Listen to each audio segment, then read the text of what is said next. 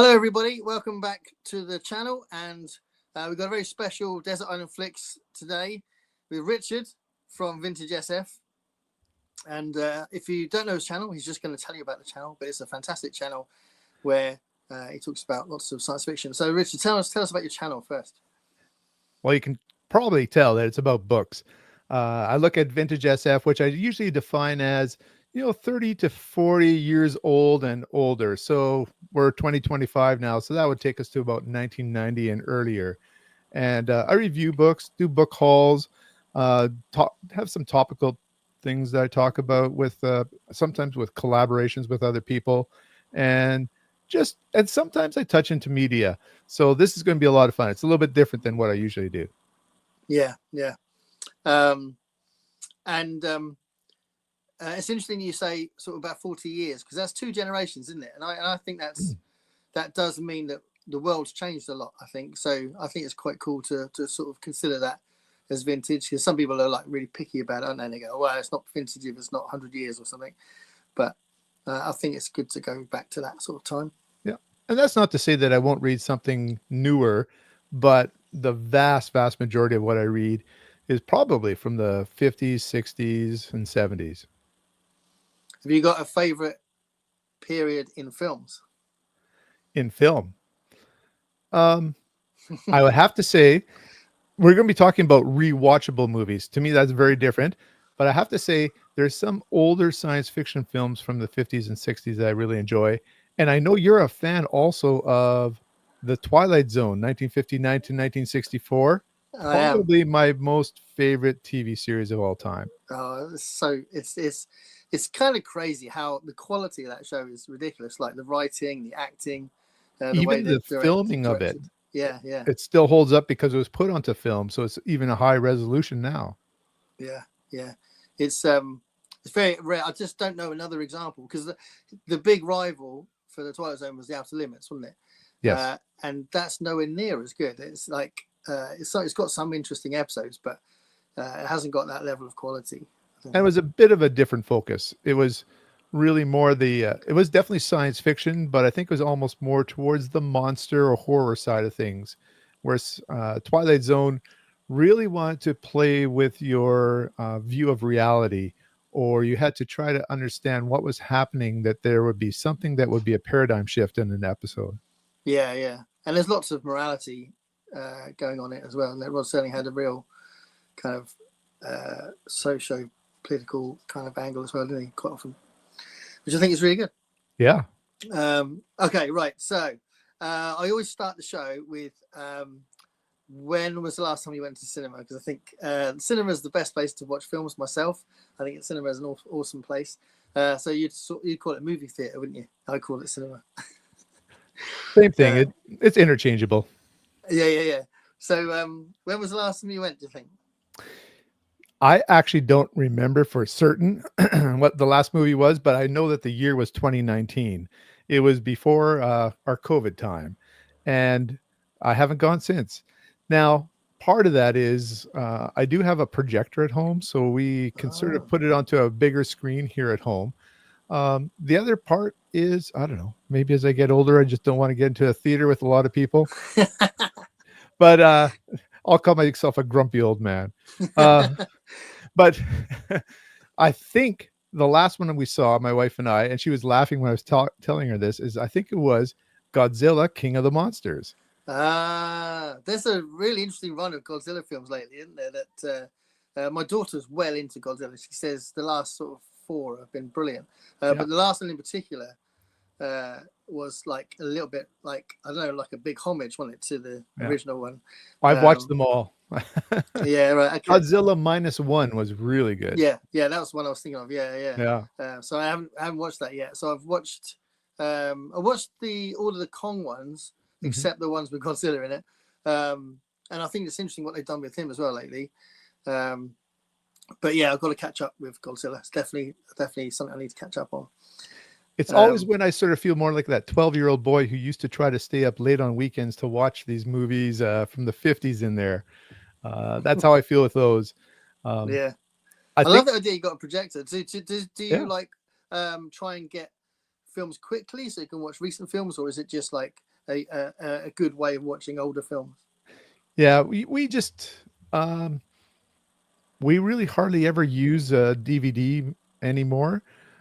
We just use it from our screen or from our streaming services and choose to watch films from there.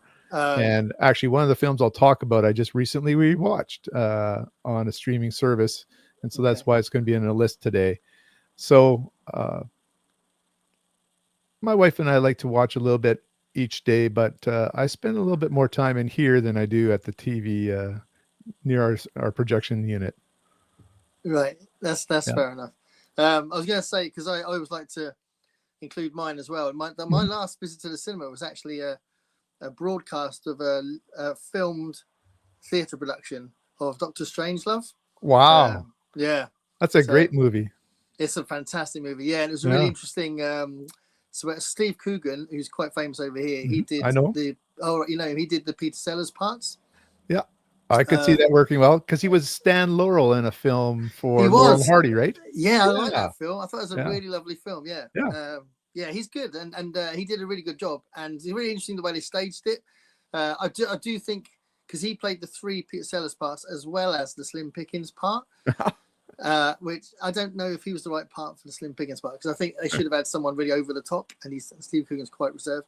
But it was a very good production, though, and it was really nice to see it live, as if you're in the theatre. Obviously, it's a cinema, but it was nice to see it staged. Yeah. So that was really good. I think we're going to see Sinners soon, like next week, maybe. Yeah, that looks interesting. But right, okay. We've got a few people in the chat. Let's say hello to a few people before we go to your film. So Heidi says hi. Hello. I think this is somebody that likes Jack as well.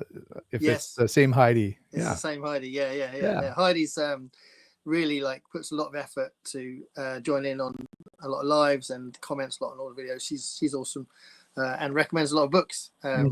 So and you just Heidi's just left a comment on my video saying she's just discovered my 2 time travel videos. So I did top 10 time travel time travel books, and they're worth checking out if anyone's curious. And Gav's here from Genre Books. Hi, Gav. Good to see you, Gav. I think it was the last Star Trek reboot, which was awful. I'm guessing she's saying she hasn't gone back since COVID. Yeah. Okay.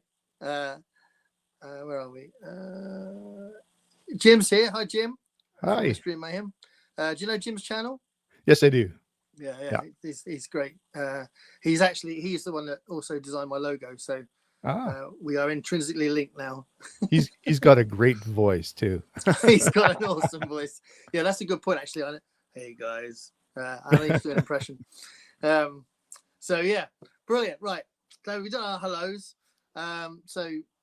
Richard, tell me what you're going to start with first. What's your first film?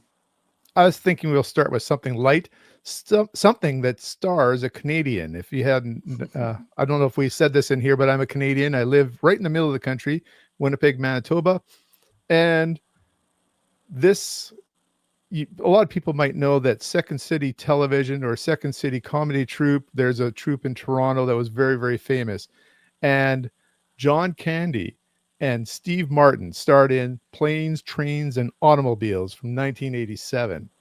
Now, this is a film, basically all these rewatchable films, I'm not saying these are the best films that I know. They're not, but they're the ones that if they came on TV or what I was watching, I couldn't turn away. I would be hooked. I'd be ready to keep watching it.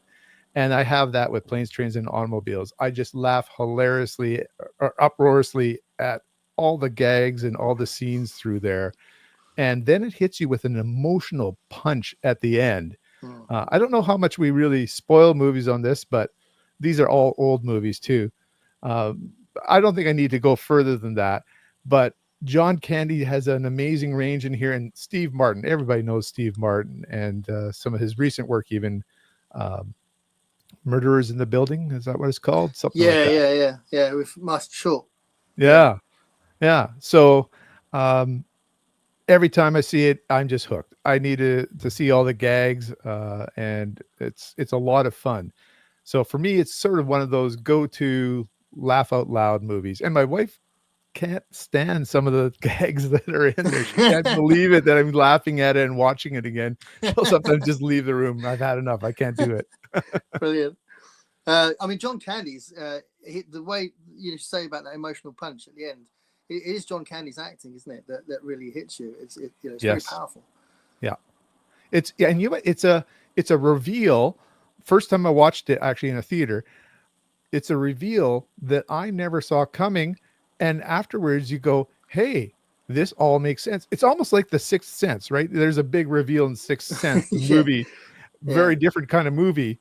But then you go back and you can see how they actually planted all the clues along the way. Same thing in this movie for the reveal they give at the end. Yeah, absolutely. Yeah, and John Hughes as well. John Hughes is he's got a whole string of great films that have been kind of iconic, you know. So yeah, it's interesting that he did like a buddy film, if you like, with the Planes, Trains, and Automobiles. Yeah, I'm a big Steve Martin fan. Once I started doing this, I did, or was it before? I think it was before I started doing these shows. I did my own Desert Island flicks thing, like 10 films I'd take on Desert Island. And one of the ones I chose was A Man with Two Brains. That is a good one. I'm not sure if there's a bad Steve Martin picture. No, I've never seen one. No. Yeah. Brilliant. Okay, cool. I remember Roxanne as well. That was a good one. That was the first time he shifted into a different kind of humor, wasn't it? Yeah, it was more of a dramatic role for him in that one. Yeah, because his early films are quite silly.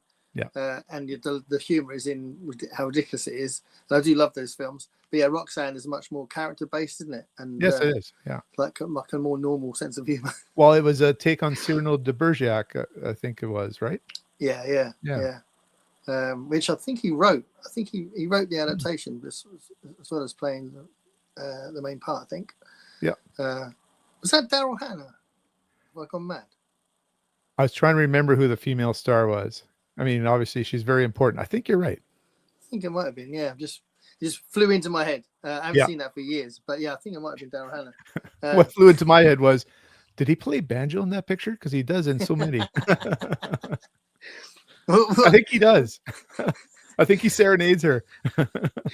Yeah, he might do. I'll tell you what, just as you mentioned that, my favorite inclusion of an instrument in a Steve Martin film, and it really makes me laugh loads, like out loud, like quite loudly every time I see it. It never gets old.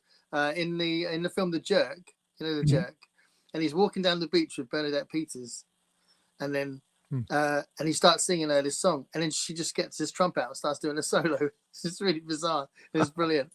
Can't remember that exactly, but I remember the phone books are here. The phone books are here. Brilliant. Okay, so Jim says, glad to see you guys. Thanks, Jim. Glad to see you guys. Great choice, Richard. John Candy is a treasure. Absolutely. I think Jim is a Canadian, isn't he? Did you say Jim? Mayhem. Yeah, I think he is. Yeah. So your kinship connecting there. Yeah. Go ahead and spoil. Okay. Cheated by the dozen too. Yeah. I'm thinking he's saying maybe that was the miss. I don't know. Oh yeah, maybe. Yeah, he's done a lot of films, but certainly the big ones are all good. Because he also went really dramatic with Parenthood as well, didn't he? Mm-hmm. That was quite a serious one for him. But there's always that sense of humor, but not, there's like a spectrum, isn't there? From Sometimes I think that the comedians make the best dramatic actors. Oh, well, Tom Hanks really started out as a comedian, right? But I remember some of Robin Williams films where Dead Poets Society, for example, where he Awakenings as well. Yeah, boy, could he play serious roles. You could see kind of the pain, maybe where his comedy comes from. He could really project that out there. Yeah, I think you're right. And Jim Carrey's a good serious actor as well. He's kind of wasted doing comedy in some ways, Jim Carrey. I think that's the last comment. It's a bit weird the way this is. So yeah, let's go on to your second choice. Sure. I just have sort of up here on the screen just to make sure. So I'm going to go with another comedy too. I want to start this all light. maybe I was going to start off with saying 1999 was a great year for movies, but this is not The Matrix. This is Galaxy Quest. Yeah, I love Galaxy this film. Quest is probably science fiction fandom's most favorite movie, just because it's so affectionately lampoons fandom, Star Trek, and other genres in there, and the comedic timing. Um, Tim Allen, Sigourney Weaver. Didn't know that she could do comedy, but she was great. Alan Rickman, unbelievably good as the alien officer. And Tony Shalhoub, Sam Rockwell, Sam Daryl Rockwell. Mitchell, Sam Rockwell before he was Sam Rockwell, basically. Yeah. The way the aliens talked and moved in there. There's so many things. Once again, just like laugh out loud. I can't turn away from this if it comes on. Lines that you remember. It's fun. Just a lot of fun. Genuinely, I have to watch it. If it's on, I have to watch it till the end, and it never gets old. I don't know. It's a bit of a big thing to say, but probably a perfect film. You know, because it's another one, like you say, with Planes, Trains, and Automobiles, where it shifts, and you really care about the characters when it gets serious. You know, so well done. And the guy that plays the main alien that believes it's all a TV show, believes it's real. Sorry, he's really good, isn't he? That actor. Yeah. I've seen him in a few things, but I don't know what his name is. But he's so good in that. Yeah. Because he's got that strange kind of alien kind of effect that he puts on. But when it gets all serious, and he's like, "Are you telling me this is not real?" and all that, and you know, and you really feel for him, don't you? And that's brilliant. By the way, if people have read John Scalzi's Red Shirts, I think he stole quite a bit about reality, what's real, what's not real in terms of TV and being actually out in space from this story. He could have been heavily influenced by it. Yeah. I do like the book, but yeah, you're right. It's probably influenced by it, definitely. Yeah. But what makes it special is that it's all set around a convention, isn't it? So it's like the beginning setup. Yeah. So it's all that sort of, like you say, an affectionate homage or parody, if you like, of the convention lifestyle, if you like. So that's really cool. Yeah, love it. Tim Allen is kind of like a Captain Kirk character who's done with it. I mean, he wants the checks, but he's kind of done with this. And then, of course, things get real, and there's aliens looking for champions, and they think this TV show is real. It's been beamed out to space, and so comedy ensues. Yeah, it's brilliant. And he I think his character is also playing off William Shatner's reputation, because he didn't get on with some of his co-stars and all that. You know, that seems to be some of what they've written into the film as well, which I think is quite clever. But I love, there's a great scene in there where Sigourney Weaver says something, and then she's like, someone says, "Why do you keep repeating what he said?" And she's like, "Because that's my only job, to repeat what he says." So let me do it. Just nailing it. Oh, brilliant. Okay, so we're actually rattling along really quickly here, but we're not getting loads of comments. But there you go. Yeah, there we go. So Jim refers back to that. So let's go on to your third choice. Sure. By the way, I'm usually known for being succinct and straight to the point about what when I talk, even on my channel too. So don't be surprised. But the conversation can go on. It can go anywhere. Oh, yeah, absolutely. Tell you what, with it, Heidi's has said something about Galaxy Quest, I think. So let's have a look. William Shatner should have worn his Kirk costume when he went into space. Like, absolutely. Yeah, I agree. That's we all kind of. I mean, yeah, okay, he had a second career as TJ Hooker, but he's always going to be Captain Kirk, isn't he? Bless him. Yeah. He's never going to escape that part. And he loves it, really, doesn't he? Because he's written books about him and all that, hasn't he? So he does love it. So yeah, I agree. I think once he reached his mid 80s or so, he just embraced it all and has just been enjoying it. Yeah. And, I have to admit, a tear came to my eye when I saw Captain Kirk in space and sort of his reaction. That was a nice moment. Now you got Katy Perry in space. Doesn't have the same. That I haven't watched. So It doesn't have We'll the leave that to same Katy Perry resonance. fans. But no, I have got a real. Have you seen the film Free Enterprise?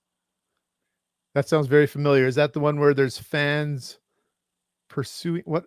Go ahead, summarize what it is, because I think I may have. Yeah. I think you were about to say it. So they're kind of following William Shatner around, Yes. and Yeah. they say that they want to make a film with him in it, and he's like, well, I tell you what, I've always wanted to do my solo version of Hamlet, so I'll do that with you. And then they're like, what? And and then like at the end of it, he's rapping. It's like live performance, and it's a really good film. But it's clearly, it shows how willing he is to take the mickey out of himself. And you know what? My kids hate when I do this, but I always go like, and he's a Canadian. I always point out people who are Canadians. He's from Montreal originally. you go for it. I tell you Yeah. what. Now is the time to be proud to be Canadian, right? With all this nonsense going on, I feel like I want to put up a Canadian flag up myself, and I'm not even Canadian. So yeah, no, keep going on that one. Yeah, definitely. Okay, so I'll get rid of this for a second. Give us your third choice then. All right, let's get serious here. This is an author who is really known for horror. But when he steps out of his horror shoes and goes into just sort of more of a slice of life or different genres, he may even surpass that. And so he wrote a novella about prisoners, and it's called The Shawshank Redemption. Stephen King. People might remember Stand By Me was a story about young boys growing up and discovering a body.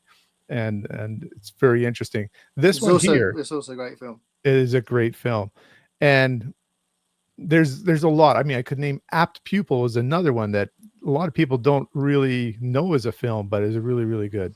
Shawshank Redemption is a story of let's start with the stars. It's a story with Tim Robbins as Andy Dufresne and Morgan Freeman as Ellis Red Redding, and Tim Robbins as Andy Dufresne is I think I can just go out and say he's wrongly accused of murder, convicted, sent to prison. And this is set in the 1950s or 60s. Yeah, it's around then, yeah. Somewhere in that time frame. And this prison is a hard prison, and Morgan Freeman is a person who befriends him, finds him interesting, and does a lot of the narration of the entire film. The story, there's quite an ensemble cast as well, isn't it? It's quite a lot of other characters in it that make it interesting. People would recognize, definitely. The written and directed by Frank Darabont. And what else do I say here that I see in the facts? Clancy Brown, William Sadler, Gil Bellows, James Whitmore, who was a very good character actor, pretty old at that time, plays the old gentleman who gets out and doesn't know what to do. Yeah. So it's a big story about friendship, about despair, about hope, about trying to survive and eventually trying to escape Shawshank, which is the name of the prison. Yeah. Some people have said that Shawshank Redemption would be even more famous. It had a different name for the movie or a different name for the story, because people just can't get around their heads what Shawshank Redemption would mean. But once you've seen it, it's the prison. This is a redemptive story, and it just hits you right in the heart. The friendship between Dufresne and Red, I think that's the nickname. Yeah, Red. Yeah. Is just so beautiful, and some of the moments that they create in prison are so amazing, so touching. This one hits all the right notes, and there's even comedy in here too. It just hits all the right notes. Yeah, it's really dramatic, and Clancy Brown plays a horrible prison guard. Yeah. And there's like some really nasty moments from him in the film that kind of adds that sort of, that makes you want Tim Robbins to escape. Yeah. And all that, and Dufresne thinks he's going to die unless he gets out of there. And he's probably right. Although Red starts to make life a little bit better for him in prison. Yeah. And there's a old character where I was mentioning James Whitmore, who we see getting out of prison, and he's a lifer from prison. He doesn't know what to do basically out there. And they typically have a small town where it seems like have a placement job at a grocer. Yeah, And so he starts to work there as bagging groceries. And he also has sort of a halfway apartment that they put people into. And in that apartment, he starts to see names on this beam above his bed. And it becomes a very tragic situation for a person who doesn't know anything but institutionalized life. yeah, yeah, yeah. Yeah, Um, have you read the story? I definitely have. Yeah, it's brilliant. Yeah, It is. that story is studied in. I work in a college, right? I work in Yeah. Yeah. and I my sort of faculty, if you like, my music course is connected to the English course. So yeah, same faculty. So I'm always hanging out in the English office, and we talk about what they're kind of studying and what they're teaching. And Shawshank Redemption, they do every year. They always use that in the GCSE, I think it is the not the A level, the one below, like what used to be O levels. I don't know what it would be in Canada, but yeah, they're sort of the thing you do at the end of school. So they do Shawshank Redemption in that, which is pretty cool, isn't it? Yeah. Yeah, We no, I think it's an amazing film. and I would say I've read a lot of Stephen King, but one of his best books that not always people know about is he wrote one called On Writing. It's just his personal writing journal, but it's autobiographical, and you hear his personal story. And so that's a great one to read too. Have you read Dance Macabre? I have not. No, that was one I'd like to read actually. Yeah, because It's all about that's like, films, right? well, it's about films and novels, because it's Okay. kind of about his love of horror in general, Yeah. and what he grew up loving, and it's kind of it's almost like a big tribute to the people that he loves, that he wanted to, made him want to write. So yeah, it's a really good book, a good companion to On Writing, I think. Mm-hmm. Yeah. And yeah, so I was going to say about Frank Darabont, he's an interesting director because he's done 3 Stephen King films, and they're Green all Mile. brilliant. The Green Mile, right? Yeah, Yeah. The Green Mile was another one, and The Mist as well. And I only recently saw The Mist, and one of the interesting things about The Mist is he changed the ending. And Yes. Stephen King, on record, has said he likes Frank Darabont's ending more, Yeah. which I think is brilliant. Because he'd be honest about, I mean, obviously, famously, he hates the film of The Shining.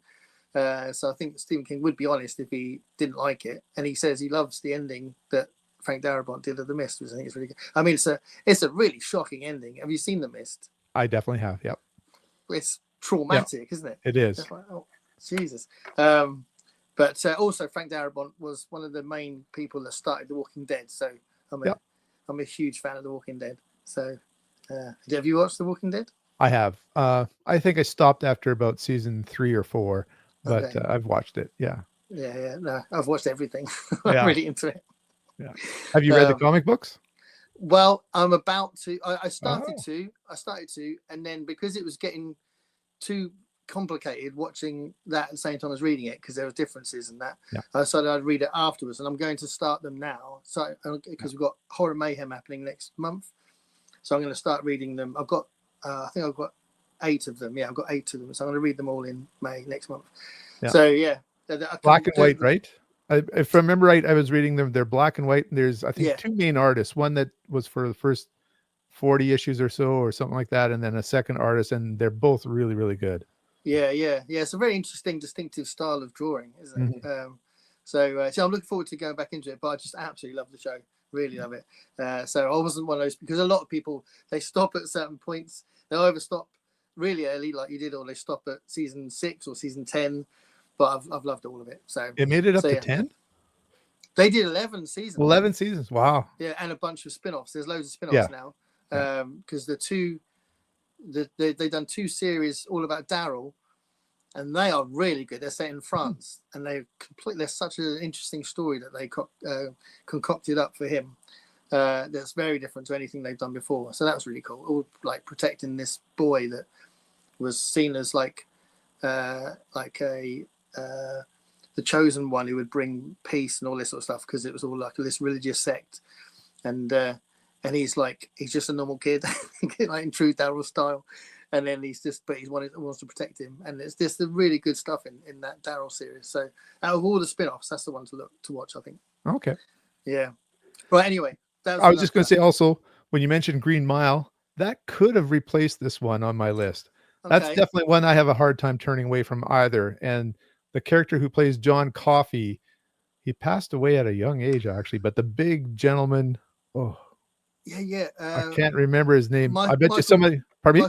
Michael Duncan Clark. That's it. Yeah. Oh, just a brilliant role opposite of Tom Hanks. Just matched him note by note in that movie. So amazing performance.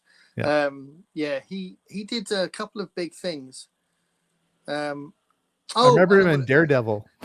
He played Kingpin, didn't he? Yeah, he did. But he also played the main gorilla in Tim Burton's Planet of the Apes, didn't he? Right. Yeah. Well, his voice, you can always tell his voice. It doesn't matter what he's wearing or what costume he's in. That was an amazing deep voice. Yeah. Almost to the level of James Earl Jones. Almost to the level of Jim from Mystery Mayhem. There you go. Jim, you got another career. Yeah. We've just put Jim alongside James Earl Jones in our conversation. I hope you're enjoying that, Jim. His head's gonna get big.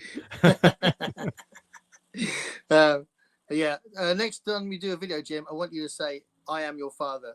Okay, I want to see what it's like. Right, so we've got a few comments about what we've just been talking about. So, actually, Elaine's here first.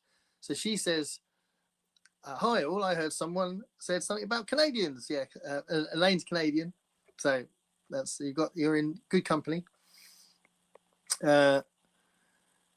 I think I only watched Shawshank once in the theatre and read the short story. Yeah. I think I've seen it twice, I think. But yeah, it's very rewatchable, like you say. And even though there's some horrible bits in it, it is a feel-good film, isn't it? There's a very beautiful ending, and I'll just say, I think this is a guy film in some ways because it's this male friendship, and it's not a gay relationship, but it's a very deep male relationship, and I think that's something that's kind of attractive that we don't always see in cinema. Yeah, there's not enough of that, is there? If you've got two platonic friendships together, it's always like a buddy cop or something. Yeah. It's not just two people in a difficult situation that help each other out. You're right. It's very rare. Yeah.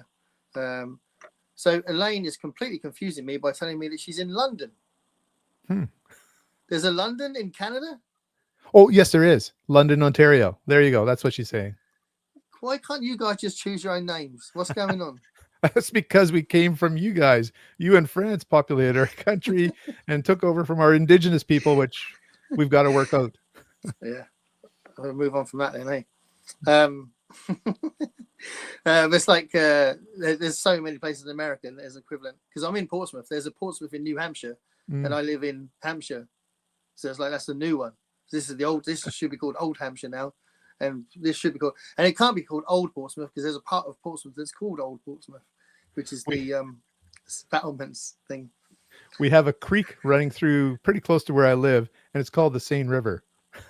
The Seine River. So it's not quite like Paris. I love it. Right. So the Tommyknockers is the most fantastic sci-fi story. So much potential. They did there is a version of the Tommyknockers. There is a filmed version. I think I saw the film version, but I have not read that one because notoriously people say to avoid that one. Yes, do. Yeah. Heidi's giving it high praise, but yeah, that is unusual. Most people slag it off. But that is due for a read though. So it's one of my unread King things. One of the things I'm doing on my channel, which I'm doing quite slowly, deliberately slowly, but I do this thing called Vote for the King, where I put up 3 King books and then people have to tell me which one I should read next. And it's a way of me getting through the ones I haven't read. There's one, I'll give you another King one that I don't hear a lot about, but I really connect with is Duma Key. And really? Yeah. And Dumaki has a character who has a brain injury and he lives in Minnesota. I live in Manitoba, so we're really close. It's just the border of Canada between us. And then he goes down to the Florida Keys in his recovery, and has to break off relationships. Things don't work out with his family and his business. And then we have a very interesting ghost story down there. But the character and his recovery, and he uses artwork and I live in a cold country at times. The warm Keys, it hit a lot of notes for me that I really enjoyed. Oh, that's cool. I know it, and I've almost bought it a few times, but it's one I haven't got yet because not everyone praises it. But I should get it. No. I should get it. It's quite big as well, isn't it? Yeah, it's one of the chunkers.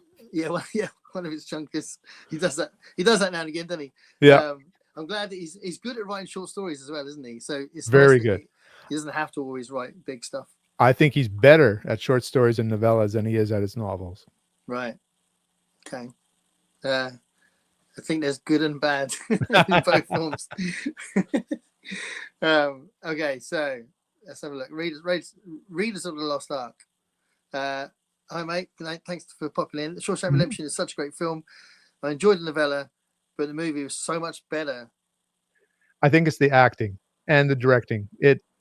They really, really brought these characters to life. And I don't think the novella really brings the characters to life as much as the film does. Yeah, it probably doesn't have the emotional punch that no, I think it's fair enough, really. Yeah. Oh, Langoliers. That's really like I did see that movie. Yeah, I did watch that. Yeah, it's not very good, is it? Isn't that the one? I'm always a sucker for something goes wrong on a plane. Isn't that the one on the plane? I can't remember. Okay. Well, maybe genre books can tell me if I'm right. I've erased it from my brain, but I know I was watching it going, what? But yeah, that's another one that's part of is Langoliers part of different seasons or four till midnight? I can't remember. I think it's in a collection of novellas that's the last one I've got to read. I think someone else can tell me in the chat which one I'm talking about, but I think that's one I've got to finish off. 4 past midnight, I think it's in that one. I've just read The Mist again. I prefer the story ending, more hopeful than moving it. Or definitely very you can't get more bleak than the film ending. Oh my god, I couldn't believe it. I was like, this is insane. No film does this. You know, it was brutal, wasn't it? It was. I mean, I know I remember the book ending too, and there's something hopeful. I'm not too hopeful, but at least they're in their truck driving away. I'll just say it that way. Yeah.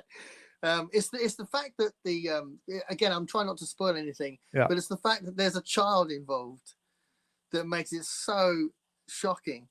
And that's what I found shocking about the end of Cujo as well, which again, I don't want to spoil it, but that was what was shocking about the end of the book, Cujo. It's just like, wow, he goes there. Children and pets. That's where Pet Cemetery just is brutal. It's probably his most brutal novel. Heidi agrees with Elaine. You can never sleep out on a screen porch after reading The Green Mile. Real horror is always worse than monster spiders.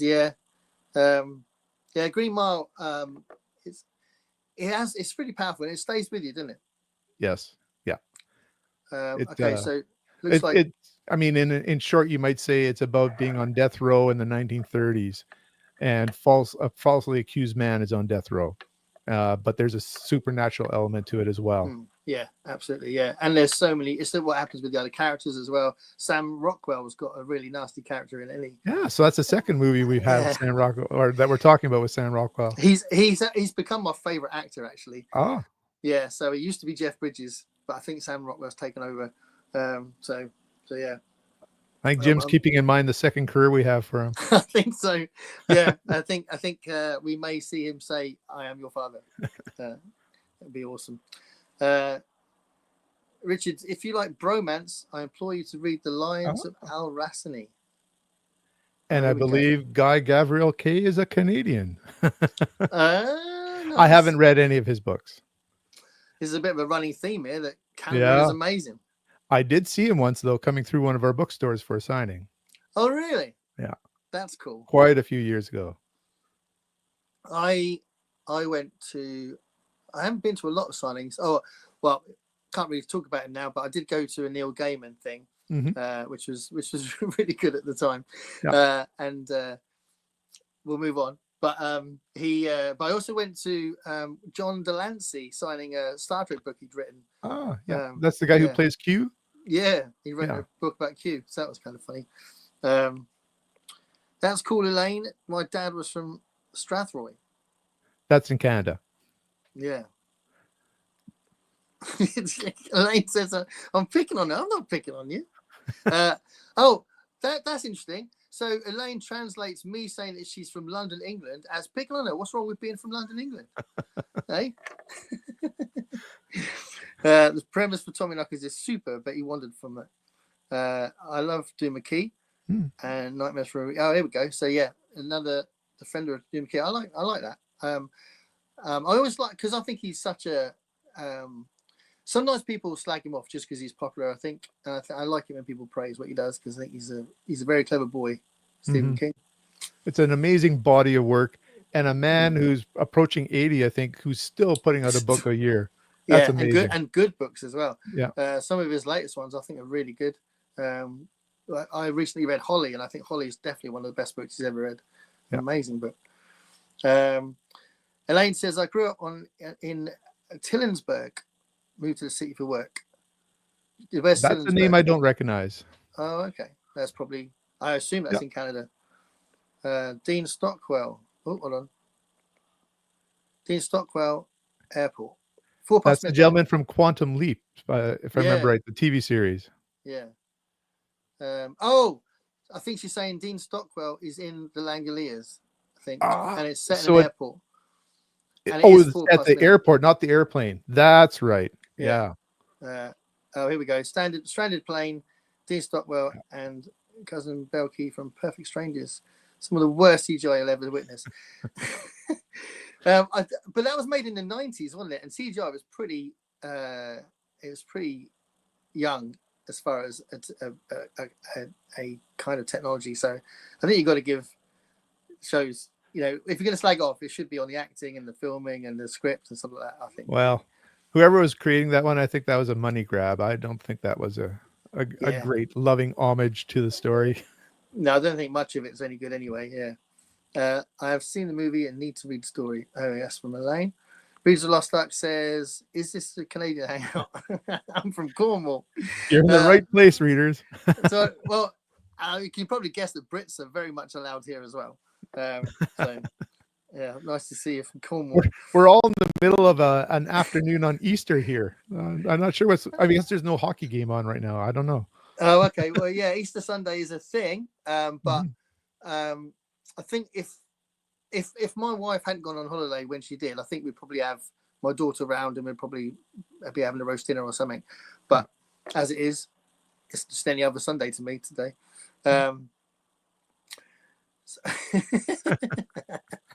Yeah, Kat and Jenny aren't here. So they're off. They're often being very naughty in the chat with Dave, Kat and Jenny. Right. So I don't do a lot of live. I'm starting to pick up more and more live gigs like this one, but it's so much fun to chat with the people who are the commenters, because it's different than making comments back and forth in the comment section on the video. So it's fun. It's live, so it's like it is literally a conversation, isn't it? And you can have a conversation, but it's like it's less immediate, isn't it? So you think about your comment, reply back, whereas this is more off the cuff, which is really nice, isn't it? And yeah, when those two start trying to delay us catching up with the comments, they just put emojis on and stuff like that. It's quite funny. And the thing with talking to you live, I watch your channel all the time, and I love what you do on your channel, and it's just awesome to be able to just have a conversation, and it's very different from comments, isn't it? All right, we've got another Elaine comment, and we'll go on to the next film.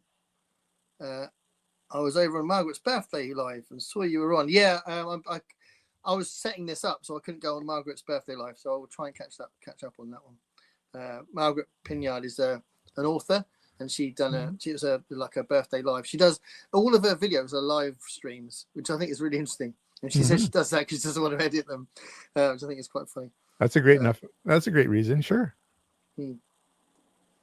Oh, Heidi's asked a question to you. Okay. Are you going to do a live show with Jack? Aha. I do plan sometime to do something with him. I haven't really thought about what it would be at this moment. But he's definitely on my radar to do a show with.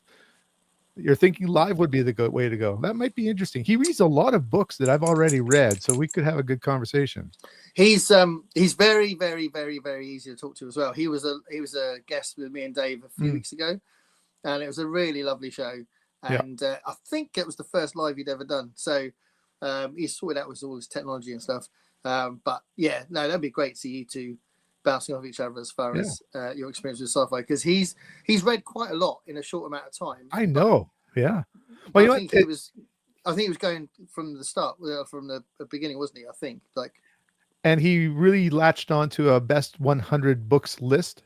Or 101 books, something like that. Yeah. And so obviously he's picking up some really great books to read right away. And he's a quick reader, and I really enjoy him. He's an up and comer in that world, I think. He's got a lot of subs very quickly as well. Yeah. So he went over 1,000 within the first year, I think. He's only been doing it for a year and a bit or something. So that's very good. He's been doing really well, yeah. But it's well deserved. He's brilliant. Hold on, we've got another one here. I was talking to Sean about you, Richard. I told him that he should have you on his Desert Island books. Yeah, Sean and I have kind of been circling each other, but we haven't really connected yet. I would love to do something with Sean. He is massively into older science fiction, so he'd connect with you on that definitely. So yeah, that'd be great to see as well. Yeah. The field of vintage SF is kind of exploding, and I was just sort of part of that uptake of that. And so I'm surprised how many channels there are. I just keep discovering new ones every couple of weeks, seems like. Yeah. Well, it's funny, isn't it? Because I think a lot of us started taking BookTube more seriously during COVID, right? Because that's when I discovered it. Yeah. So I think that kind of happened, and I think a lot of us, we saw BookTube seem to be like populated by young people, but then as we're doing it, all these people that started at the same time were all the same age, or a little, or sort of certainly of the older pedigree, and it's quite nice, vintage. Isn't it? Because vintage, and it's different, isn't it? Because we will get excited about something that's 50 years old or 70 years old or whatever, and we're not as worried about what is, I don't know, that's come out last week or something, not as worried. I mean, I do try and read recent stuff as well, and I am actually a champion for recent sci-fi. Did you see my video I did on classics versus new science fiction? I may have seen it rings a bell. I can't remember exactly. How many books was it? 5 each or something like that? I did it was a bit random. It was probably around that, because I was just basically sort of saying some examples of some of the SF Gallant's masterworks that I didn't like, some of the ones I did like, and some of the things that have been released recently that I did like. And it's just ultimately saying that I can't say that either one's better, because I've had bad experiences with classics. Yeah, definitely you can. I think you did a video recently about that. Yeah. The interesting thing I find is, and you're into music, I find that young people, or at least younger than me, in music, they'll like things that span decades of music, what we might consider vintage rock or old rock. Yeah. And I think that that's kind of happening with books too, as places like Golanx make some of the older books available. I think that there's a lot of people who are younger than us who are starting to discover this old stuff and do like it, like Jack. And I think that that's just a part of the world that we're in right now. Like when we're talking about movies here, I bet you a lot of people who are younger than us have seen a lot of these movies too. It's just more available, and you can pick from the best. Yeah. I think the thing, because I think you're absolutely right with the books. I mean, you're definitely right with the music, because my Yeah. students, they're obsessed with Nirvana and all the grunge stuff, and and even My Chemical Romance, which they all love because they're a bunch of emos. They all that's 90s as well, and sort of 2000s and stuff. So yeah, they're all into all that. But I think with movies, they're really into 80s films. Mm. And I think with books, it depends on if there's some outdated kind of political stuff. If it's a little bit misogynistic, or Yeah. I think that causes problems for younger people. I think they'll literally just put it down. So And if that if it hasn't got any of that, then it's fine. I'm very fine with them voting that way on it. I mean, and the context of the time is always something that's interesting when you look at books. When you think about English, there's some great books that you have to kind of understand. The civil rights struggle in the United States. Let's say if you want to read In the Heat of the Night or To Kill a Mockingbird, things like that. There needs to be context, and there's reasons that this is something worthwhile reading, even though there's some disgusting behavior in there, let's say. Yeah. But not always in these science fiction books we have. There's some of them that you go, no, that's okay. I'll move on to the next one. Yeah. I did a video today or yesterday about a video about a book I just read by Robert Silverberg, that you couldn't get away from how dated it was. Yeah. And it really got in the way, because there's some great time travel stuff in it, and it was just like, why did you put all this other stuff in it? It was such a shame, because literally people in their like late teens or early 20s now would just put it down and say, I'm not reading that. It's a real shame, because there's some good stuff in it. So let's get back to the film. So all right, let's get to your next one. All right, this one we may not have to talk about lots. You may have had a number of guests who did this one. Jurassic Park, 1993. You were just talking about CGI. That's when they finally got CGI right in a film, and it wasn't spaceships, it was dinosaurs. And who doesn't love dinosaurs? You know what? I'm going to link this together with another one. We can talk about both of them. King Kong, 1933. That's when they got stop animation dinosaurs right. And I can't help watching either of those when they hit the screen for vastly different reasons. They're 60 years apart, but they're just so, they hit that 12-year-old boy wonder and horror, and it's just so much fun. Yeah. No, I'm totally up there with those two films. They're brilliant. I've got a lot of affection for King Kong. Mm-hmm. I did. So you wondered if anyone has said any of these films yet. I don't think anyone's chosen Jurassic Park yet, but this is only my 6th episode of this. So yeah, that's a new one, but it might come up again. But Ben from Grammaticus Books did choose King Kong. Okay. So I can see he and I are the same vintage as well. Yeah. But he didn't know something, because one of the things I love about King Kong, and I really, really love this about King Kong, I said it on the show, and he didn't know that this was a thing. So you might know this already, but did you know that Max Steiner was the first person to put an original score in any film? He did that for King Kong. I did not know that. Yeah. So I knew the name Max Steiner from the film, but that's the very first score created for a film. Yeah. 1933. Wow, I would have guessed something earlier. Yeah, they had like stock music they used to use. Yeah. So there's like stuff that the film companies owned that they could just stick in random scenes. They thought, it's a chase scene, put that sort of music in. Romantic scene, put that in. And when they made King Kong, they said King Kong is such a unusual plot and image that it's got to be original music. So he was like, okay, I'll write some original music for it. And then he literally wrote the blueprint on how to write music score, because he invented the leitmotif, which is when you have a theme for a character. He invented underscoring and all sorts of things that was the first time it ever been done. So sort of the Citizen Kane of film scores. yeah Absolutely. And what I love in there, it's I'm not sure if it counts as film score, but the beating of the drums as we're trying to discover what's out there in the jungle that they want to sacrifice this lady to. The building of that tension is really good. Yeah. Yeah. Oh, it's such a great film, and it's very short as well. Yep. Which I think is probably worth Peter Jackson thinking about. He hit some nice strides in there, but I agree, it was too long. It's well too long. And one thing I remember about Peter Jackson's film is about 2007, something like that.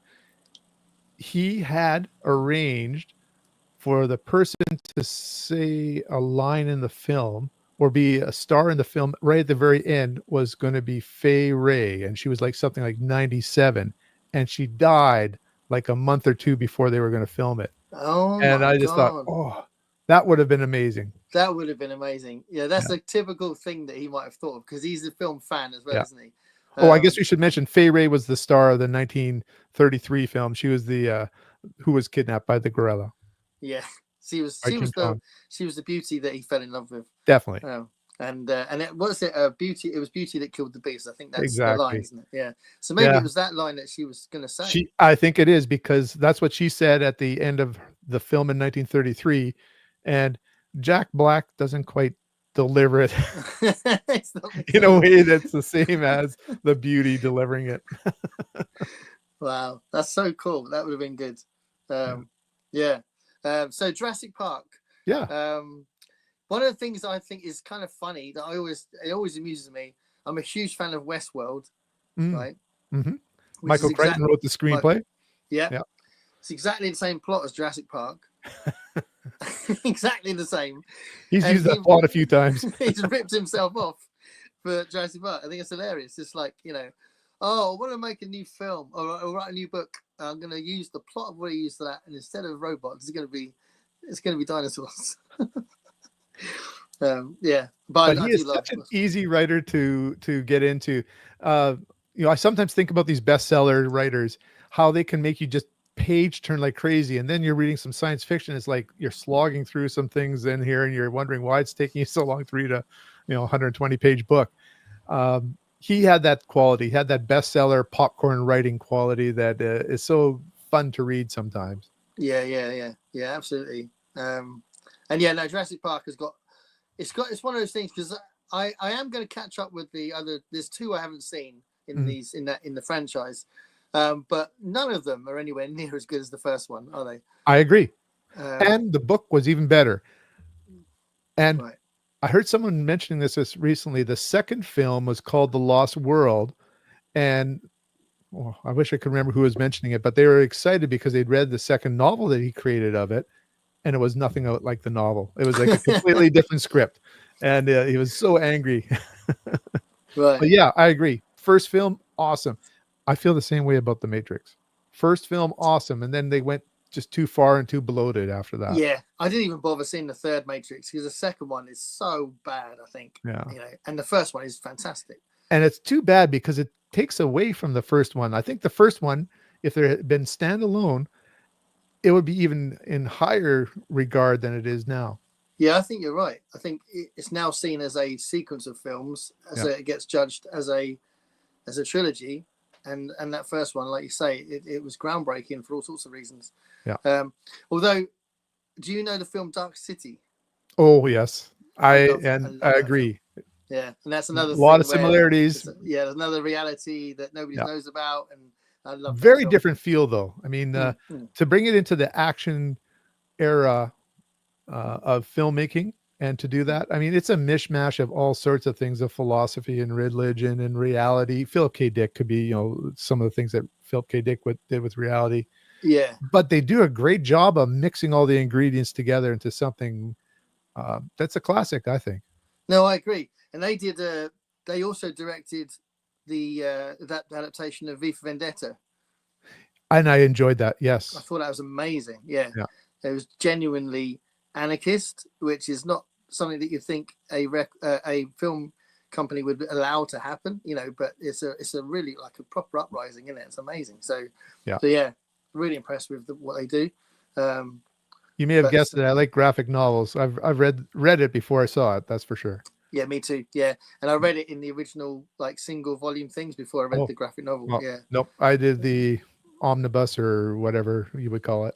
Yeah. One of the first things I kind of collected when I was a teenager was I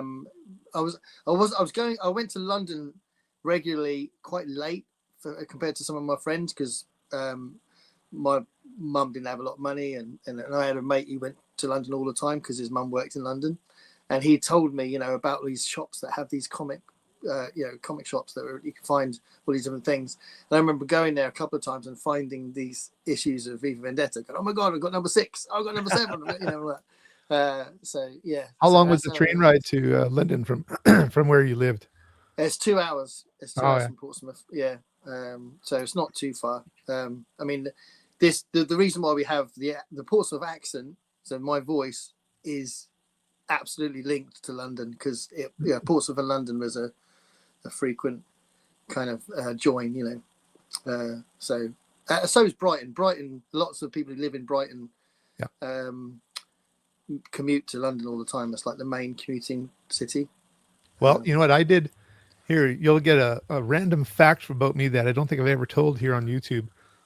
Is my wife and I like to do some of these guided bike trips out in Europe, and we rode from Paris to London.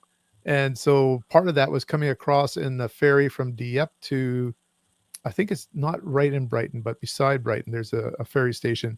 And so we've been in Brighton, and we took a train part of the way up to London and then rode the rest of the way into London. Oh, nice. So I know that route. That's awesome. Yeah. Yeah, I love it. Right. Okay, let's get some comments, because we've got some comments now.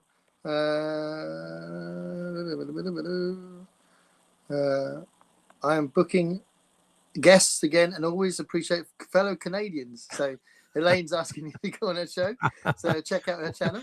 Contact my people. Yeah. Are you going to do a live show? Oh, that's already been said. I was talking to Sean. Oh, and that one. Sorry. Yeah.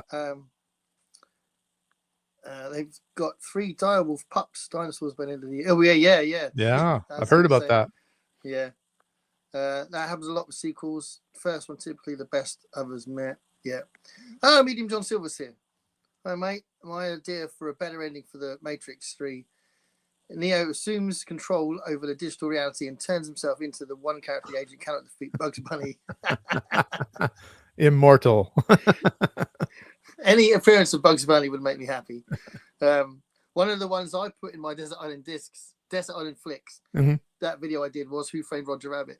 You know what? I did check that out, and I was very surprised by that one. That's one I don't think I've rewatched in a long time. I've watched it so many times. Yeah. I absolutely love it. I love it. Yeah. But I'm a really you love all those cartoon fan. You love all those Warner Brother characters. Yeah. I've got there's a guy that does. I don't know if it's international or I don't even know where he comes from, but there's this guy called Jim Shaw who does these figurines that are kind of like really good quality and quite expensive. And I've got like a whole rack of them from Warner Brothers characters. I've also got Muppet ones as well, but they cover a shelf in the bathroom, and there's like about 13 of them. I'm a big Warner Brothers Looney Tunes fan. I love Marvin Martian. Yeah, you make me so angry. Brilliant. Duck Dodgers. Yeah. Fantastic. Right. Okay. Let's. Anything more to say about Jurassic Park? No. You know what? Some of these films are so famous that I think you can just put it out there and just say, "Hey," and I think everybody understands why it's so watchable. Yeah. Especially with dinosaurs and big apes. I mean, it's just. If you have that 12-year-old instinct for monsters, it's something that's you just can't pass by. By the way, I wouldn't put it into here, but I have a hard time passing by Pacific Rim. I don't think it's as good as other ones, but giant robots fighting giant monsters, sure, I'm in. Yeah. Well, Del Toro is a great director. Yeah, and he directed that one, and he's done some amazing films. So, what's the line? We're canceling the apocalypse. Classic Idris Elba at his best. He's not Luther. He's killing monsters. Do you watch Luther? Oh, I loved Luther. It's intense, isn't it? It's so intense. Yeah, it is. The way he walks down the street with that overcoat, he is the coolest dude in the world. Yeah, brilliant. Okay, let's go to the next one then. All right, let's get serious here. A filmmaker that a lot of people know is Christopher Nolan, but the one that really strikes me the most for Christopher Nolan is Dunkirk, which I guess you would probably be very familiar with because I'm guessing how close is Portsmouth to Dunkirk? Is that on that same side of the coast? I think it's a little bit further down, Mm. but yeah, with this city has a very strong naval history, Oh and yeah, this is yeah. where the Mary Rose is, and it's where Henry VIII he made Southsea Castle, which is a few minutes down the road. So yeah, this is a historic city, Portsmouth. So absolutely, yeah, it does have a connection to all that. Well, Um, let me just briefly say it for the people who haven't seen it or would like to know about it. So Dunkirk is set in World War II, Normandy. Things are going bad for the British troops there. We have one story of a soldier who's desperately trying to get off the beach, and we see his story told in 1 hour. Oh no, is his story? No, I think there's a different character. Anyways, there's three time frames going on here, and if you know Christopher Nolan, he loves this time frame type of things to use in his films. Um, so I think we see 1 week in his life, and then there's a person who is in a Spitfire, which is Hardy, right? Tom Hardy, I think, oh yeah, is flying the Spitfire. We see 1 hour in his life, and then we see about a week in the life of some of the parents at home in Dunkirk. That's right on the English Channel, and basically across from Normandy. And so these three time frames, we're jumping between the three of them. And the first time you see the film, if you don't know this, it's kind of a little bit jarring because you're trying to understand how they all come together. But they all kind of take their frame 1 hour, 1 week, or maybe it was 1 day, 1 hour, 1 day, 1 week. And they all collide at the end together. And so it's a very interesting piece of filmmaking, but the visuals, the scenes that you just can't get out of your mind, it's like every frame is perfect in this movie. And I was a sucker for some of these World War II planes, and this is the best Spitfire movie I've ever seen in terms of depicting one. um, and what happens is the fleet that's trying to pick up the soldiers from Normandy is suffering big hits from the Germans who are battling them. And we don't know if they're going to get their boys off that beach and get them back home because they have to actually make a retreat. And so the people in Dunkirk hear about this and they grab it's actually making me almost choke up here.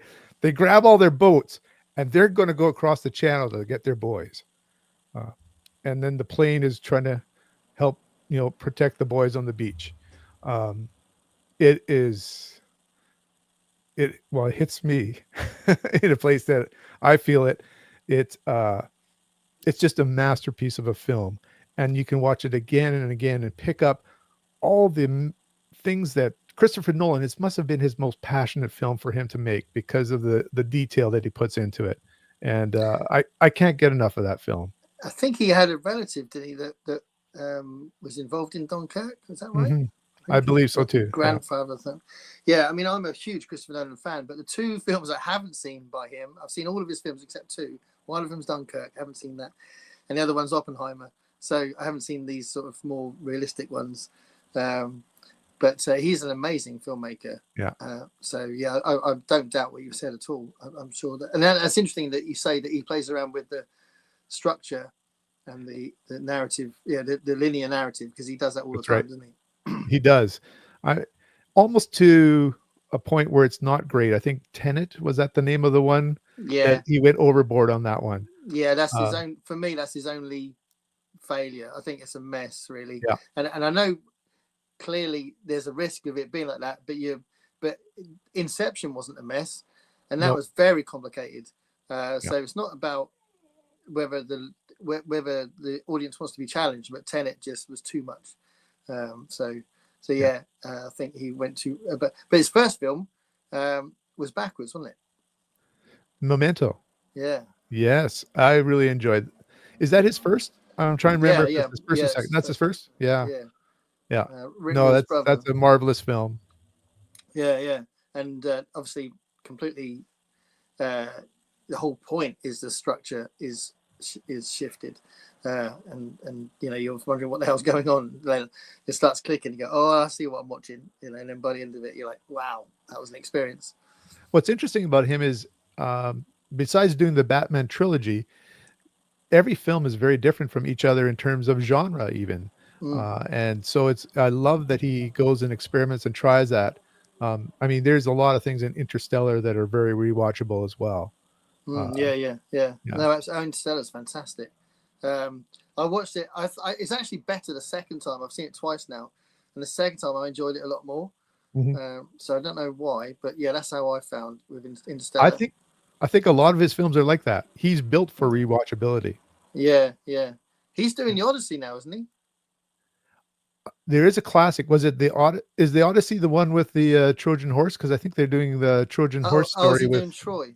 Yeah, Troy. Oh, sorry, someone's doing the Odyssey. I thought it was him. Maybe that's Ridley Scott. I don't know. Yeah, our commenters can correct us. yeah. But no, great. I love the fact that you've picked a Christopher Nolan one. It's one I haven't seen, one I should see. So I'm gonna get on that, and I'm gonna watch Dunkirk. Especially since it's real close to you, really, in terms of location. Yeah. I think I don't gravitate towards World War II because it gets driven into us so much at school, and I've got a history degree as well. So I studied it in my A level and in my degree. So it's a little bit like bang with World War II. There's so much of World War II, and like in general, if you meet a man on the street who casually is interested in history, it's always World War II that they're interested in. It's really funny. It's just like, yo, I'm into history. Oh, really? What kind of history? World War II. Okay. So yeah, sometimes I just avoid it because of how much it's in our our culture. I mean, it's very important. There's no doubt about it, and it should be in our schools and all that. So I'm not suggesting it shouldn't be, but it's so much. And like the History Channel, it's not so much now, but when the History Channel first started, we used to nickname it the Hitler Channel because it was like constant documentaries about the World War II. Right. But now it's a bit different. Now you've got medieval stuff on it and Victorian stuff and all sorts of things in the History Channel. But yeah, that's really why I haven't seen it yet, because I'm sure it's brilliant. Yeah. Let's see if we've got any more. Yeah, see if there's some comments. Elaine says, Saturday morning cartoons, great memories. Absolutely. In Canada here, we would see it, I think, at 6:00 on Saturday evening when I was a kid. There would be the Bugs Bunny Roadrunner show. Yes, same for me. There used to be a really long football program called, what was it called? I can't remember what it was called, but it went on for hours on a Saturday afternoon, and it was all the fixtures and there'd be highlights from different matches that had happened that day and all that sort of stuff. And then at the end, there was a half an hour of cartoons, and then the evening like game shows and stuff. That was always a Saturday evening thing. So if anyone's a football fan from England, there's not many English people in the chat, but if you are there, tell me what the show was called on Saturday afternoon. I'm not a football fan. I like that Churchill movie with Churchill. I saw that movie. It was good too. I agree. Is that called The Finest Hour? The one with Gary Oldman. Heidi can correct me, but I think that's the name. Yeah, I think so. Yeah. It's actually Grandstand. So I nearly said Grandstand, and I thought, was that an evening one? But yeah, it's Grandstand. Yeah, with Frank Boff. It's a brilliant name. What is this one referring back to? That was the football program that was went on for hours. Yeah. For some reason in my head, I thought that was a short evening thing. Elaine says, I'm 61, Bugs and Jetsons Saturday morning. Those are programs here in Canada and the States. Yeah, right. The History Channel had Vikings, which I loved with Ragnar. Yeah. Haven't watched it, but I hear a lot of good things. Yeah. And it does show dramas now, and you didn't used to do that. So yeah, I think just in general, the History Channel just got more interesting as it's evolved. But when it first happened, oh my god, it was just constant Hitler stuff. Jim says, "Good hanging out with everyone to catch the rest on." Oh, okay. See you later, Jim. Thanks for popping in. You made Richard's day being Canadian. But have you got any Canadian directors? You haven't got David Cronenberg in your list, have you? I don't, but yeah, definitely he's one of our famous guys. Norman Jewison was a very famous Canadian director. Yeah. I'm trying to think of ones off the top of my head here. Um, I can think of a lot of actors and comedians and musicians. Not enough people behind the camera. Yeah. Um, Here from Winnipeg, who is it? We have one famous, semi-famous guy. I'm not sure. Guy Madsen is his name. Guy Uh, Madsen. yeah, uh, he's more of an indie film type of person, but he would be one from Winnipeg. Don't think I know him. Yeah. I need to look him up. Yeah. Cool. All right. Give us your next. All right. This is time to go to blockbuster area again. This is by a person who I think as a director cut his teeth on making sequels and making the sequels better than the originals. And that's James Cameron. James Cameron. And the movie I chose was... Is James Cameron Canadian? Actually, he is. You're right. I just realized that as I was saying that. Yeah. And Aliens is the one I chose. Right. But you could say Terminator 2 as well. Is those two really set him on a track where now he can fund whatever he wants to make. Well, he made Terminator 1 as well, didn't he? Yes, he did. Yeah. Yeah. So that's his little baby, isn't it? Yeah. I think that was kind of his first big film, wasn't it? Yeah. But anyways, go on. Aliens. I was just going to say with Aliens, two very different films from Alien to Aliens. Alien is kind of more of a psychological horror, dread, the unknown, suspense. Yeah. And then this film is an all-out war gone wrong.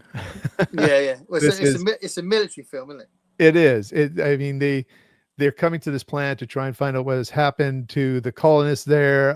They're from a corporation. They're not from a country. They're from a corporation. And the lead character has been in suspended animation from the first film, and her name is Ripley. She's played by Sigourney Weaver.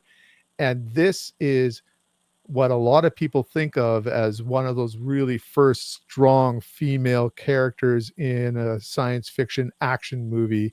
And she kicks alien butt in this film, but she has to try to warn these guys, you don't know what you're getting into. You just don't understand this. And it really is all about survival. And those last scenes in the spaceship where she's in this Strider robot thing where she's inside of it that they used, it's a mecha kind of machine. Yeah. To use their cargo. Iconic image. Yeah, but she's battling this the alien creature to protect this little girl. Her mother instincts are kicking in. Yeah. It's just so good. And so any frame that you come in on, you just have to keep watching. Yeah. What's the line she says it in? Something about bitch. She says something bitch. Yeah, I'm not going to say that one. We'll save that for someone else. I try not to say those things. I can't remember what the line is. It's a great line. It is. Yeah. It's like Bruce Willis with his yippee-ki-yay line too. Yeah. But I love the stuff with Bishop as well. Yes. It's a great cast. I mean, you got Michael Biehn and you got a guy that's really underrated. That's the cocky one. Paul Reiser is in there. Lance Henriksen. Yeah. What's the guy? The young guy. He sadly died really young as well. He died a few years ago. Bill Paxton. Yeah, Bill Paxton. Paxton. Yeah, he's amazing in it as well. Yeah, I think I was mentioning guys from the first film, but Bill Paxton is very good.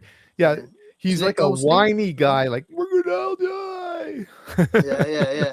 But he's brilliant in it. Jeanette Goldstein, is that her name? She's like is that her? Yes, that's right. Yeah. Because there's a link. Let's try and think about this. The link is his wife at the time was Catherine Bigelow, and when she directed Near Dark, which is one of my favorite films, a lot of those people are the main vampires in that film. And I think it's because they were kind of in the same production company or whatever. Was it at the same time period? Say that again. Sorry. Was it at the same time period too? Yeah, it was literally like a year later or something. Yeah. And I think Near Dark. If you haven't seen Near Dark, I definitely recommend it. I don't think I have. Yes, it's really good. Lance Henriksen's like the leader of vampires, and Bill Paxton's the really leery young one that's kind of sometimes going outside the zone that Lance Henriksen's trying to keep him contained. And it's really good. It's like a punky. It came out at the same time as Lost Boys, but it's a little less. It's a little bit more rugged and punky. But yeah. Did you ever watch the TV? Go on. Did you ever watch the TV show Millennium with Lance Henriksen?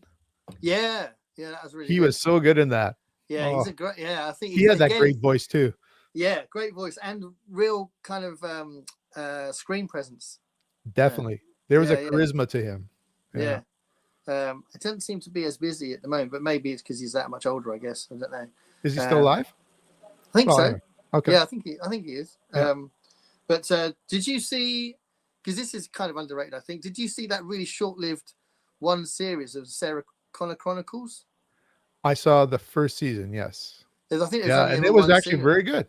Yeah, I thought it was good. I thought it was a real shame they cancelled it. Yeah. And that was what's the name who played Cersei in Game of Thrones, wasn't it? Lara Headey? Something Headey? She played Sarah Connor, didn't she? Oh, I've lost it on that one. Yeah. But anyway, I thought that was really good. Yeah. But no, Aliens is a very special film. What do you think about Alien 3? Because that's the contentious one. Pretty much, this is one of those ones where I said it, perhaps after Matrix 1 should have been done. I think Aliens 2 is where it should have been done as well. And so I don't think a lot about those other ones. Okay. I think the ending is messy, but I really like most of Alien 3. And that's David Fincher. Was that on Fincher was the director? Yeah. Is that the one that's like on a prison planet or something like that? Yeah, and they've got no weapons. I think the fact they had no weapons makes it really interesting. And they're all like.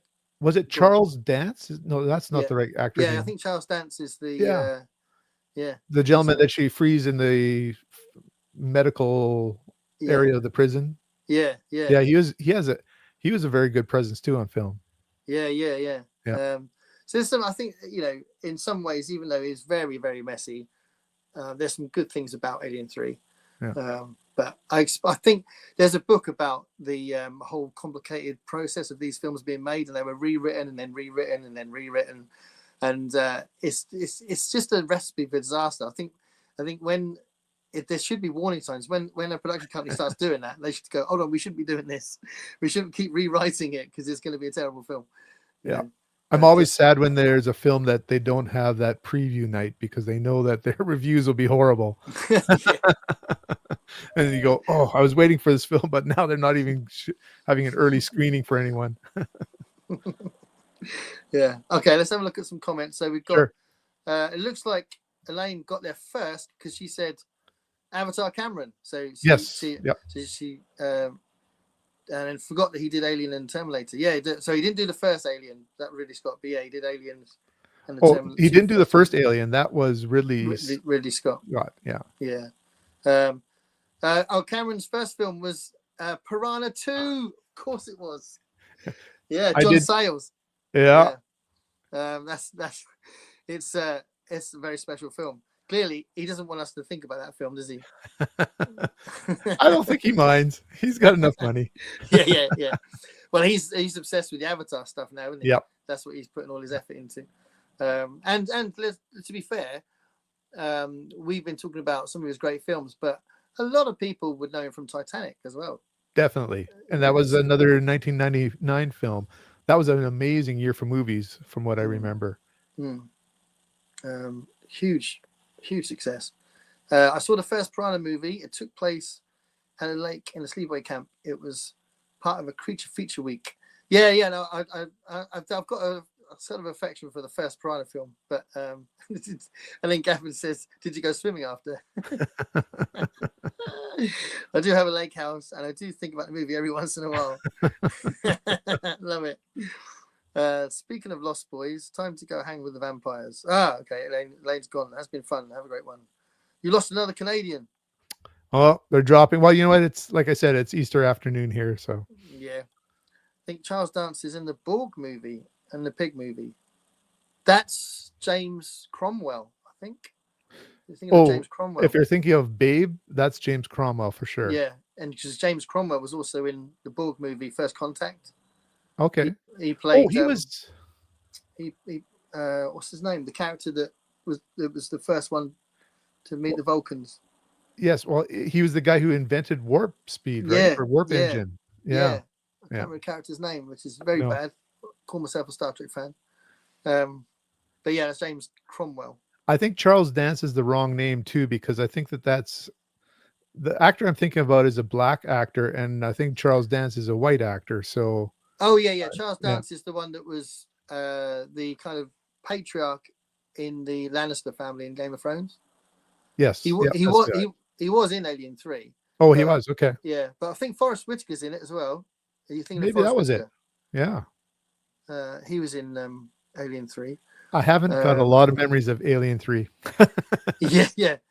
Isn't there a William Gibson script for Alien 3 that was never made? There's tons of them. Yeah, I mean, there's a book by David Thompson that I have read, but years ago. So, like, we're talking about 25, 30 years ago.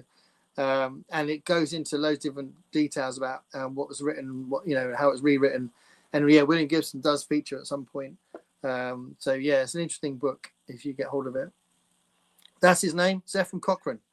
That's the guy who invented warp drive. Yeah, William Gibson, Canadian, after he left the United States. Oh, there we go. James Cromwell. Yeah. Cool. Right. Yeah. So Aliens 2 or Aliens. Yeah. Yeah. Absolutely. Brilliant choice. Yeah, that was a good sequel name, wasn't it? Just add an S. Yeah. But it's another one that again, you've picked a lot of films that have got really important endings. Do you know what I mean? Like the endings land really well. They get to a really good crescendo. Yeah. And I think that's the ending of Aliens. So good, so powerful. Yeah. And I think there's iconic scenes or multiple iconic scenes are what get me the rewatchability. I think I mentioned it earlier. These aren't necessarily the films that I think are the best or the ones that have the most literary quality or anything like that. These are the ones I just can't turn away from if I happen upon them. Yeah, absolutely. I think that's a really good shout because it really says something about the film if it's on and it's half an hour in, but you have to watch it. You have to watch the end. Yeah, definitely. Let's go to your next film. All right, we're getting there. I think I have 3 here to go, and this one's actually a bit of a cheat because it's actually 2 films. Once again, this is one where the sequel was just as good as the original, and this is one of my older films. Anytime I start to see some of the Godfather films, the first 2, I can't turn away. Just captivating acting and storytelling and filmmaking. The filmmaking for these 2 is just unparalleled. Francis Ford Coppola. He did his best work in 1972, and I don't think he could ever live that down, although he's made some amazing pictures since then. But those 2 films, I can't say enough about those. They're gangster films. If people don't know, it's about a family that comes from Italy to America in the early 1900s, maybe even into 1800s. And it's the story of their family starting the mob, basically. And is it primarily New York? I know that there's some scenes that are in Las Vegas and other places. Or is it? Yeah. Anyway, somebody will correct me on that. But the building of that family, the relationships, all the things you've seen in other things like Sopranos, etc. All that stuff it owes a big, I don't know, a lot of gratitude towards The Godfather. Mario Puzo was the author, but it's just it's such a seminal film. I'm sure lots of people mention it up there with Citizen Kane or Maltese Falcon or Casablanca. It's 1970s really top classic movie. Yeah, no, absolutely. Yeah. It's an incredible film. It's again, it is rewatchable as well. You know what's going to happen, but it's done so well that it feels like the first time you've watched it. Every time you've watched it, Yeah. you know, like what happens to John Cassell's brother. It's got John Cassell's character, his brother. Um, you know it's coming, but it's heartbreaking when it happens. You know, and all that stuff. It's brilliant. And obviously Al Pacino's really subtle change of acting as he gets more and more Yes. powerful. Yeah. A young Al Pacino, and you kind of almost see him growing in the film in a way that you don't really need a lot of special effects or anything like that. It's his character acting that shows the age as he's getting older. Of course, Marlon Brando. We can't forget to mention him, but James Caan, Robert Duvall. You had mentioned Richard Castellano, Sterling Hayden. There's lots of people. Diane Keaton. Just so many people in that film. It made a lot of careers, I think. Yeah, no, and the music, Nina Rota's Oh, music, yes. beautiful, classic. Iconic. Yeah. No, fantastic. We actually rewatched them recently. We didn't watch the third one, and it's not as good as the other two, but I do want to rewatch the third one as well, because it feels complete, doesn't it? If you watch the third one as well. Yeah. Just two incredible films, and you're forgiven for using two films as one of your choices. And I believe they've won back-to-back Best Pictures on the Academy Awards, like something like 72 and maybe it was 72 and 74 or 72 and 73. Yeah. But yeah, there is nothing that could beat out these films for Best Picture. Yeah, that's fantastic. No, brilliant choices. Yeah, really powerful stuff. And it's interesting the way Robert De Niro's scenes in the second one work with the rest of the film as well, because obviously they're a different time, but you know they really inform everything that happens. It's really good, really clever.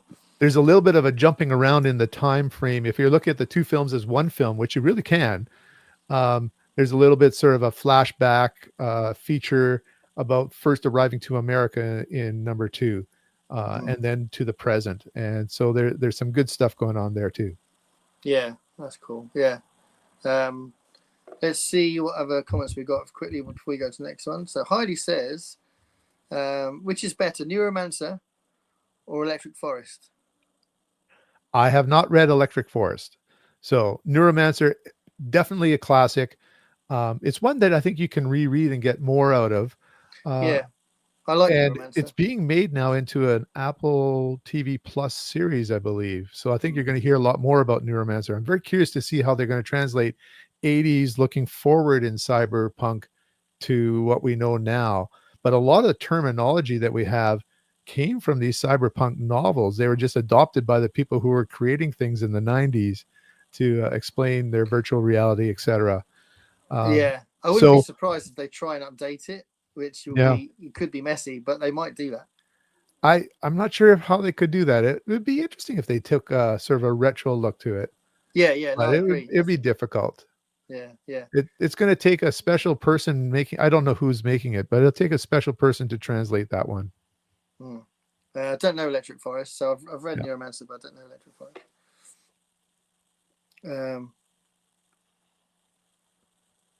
Leave the gun. The cannoli. Yeah, absolutely. Well, you could go with lines forever from The Godfather. Classics. Okay. Let's go to your next film. All right. Second last one. I'm actually doing this in reverse order of where I picked them. But what I did to pick them is I kind of looked at a whole bunch of lists of films and I go, oh yeah, that one. And then I had to shrink it down from, I think I had 18 to start with. So this is one, once again, I just can't turn away from it. It's from a fairly famous director.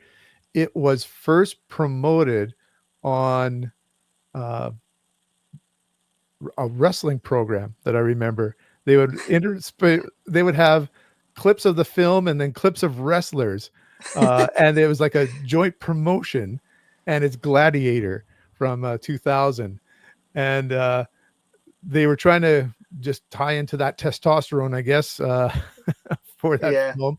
But Gladiator, if you've seen it, is way more than wrestling. It is it is it's Shakespeare, and a glimpse of Rome that they took advantage of modern technology to do. It's in some ways it's almost a bit of a soap opera story, Yeah. but with amazing fight sequences, and the idea of a man in love with his wife and child who's off to war, and the betrayal that happens, and the depths of despair, and rising from the dregs of slavery and into the gladiator ring, to seeking revenge, um, to that sort of poignant, dramatic, tear jerking kind of ending. Maybe that's not what I say that, but tear jerk ending uh, is is something that's hard to turn away from. It just works. There's so many ways this film could have gone wrong, and it just works on every level. And there's some masterful scenes in here. Just even the opening Germanic warfare scene is very Yeah. iconic. Yeah. All these gladiator scenes. They've got obviously Russell Crowe. They've got Joaquin Phoenix, Phoenix. Yeah. Connie Nelson, Oliver Reed. He actually passed away. They had to kind of trim the movie in a way to match his scenes. Yeah, they did. Yeah. Yeah. Uh, I'm not sure how to say this name, but he is a wonderful actor. Damon Honzo. Yeah, the big black guy. Yeah. Yeah. Yeah. Yeah. Wonderful actor. Yeah. Richard Harris is in here. One of his last roles, I think, too. Yeah. Um, Yeah. He it, plays his father, doesn't yeah. he? Yeah. Yeah. Exactly. He's the one who passes away, and then he wants Maximus Decimus Meritus to be the new emperor of Rome instead of his own child.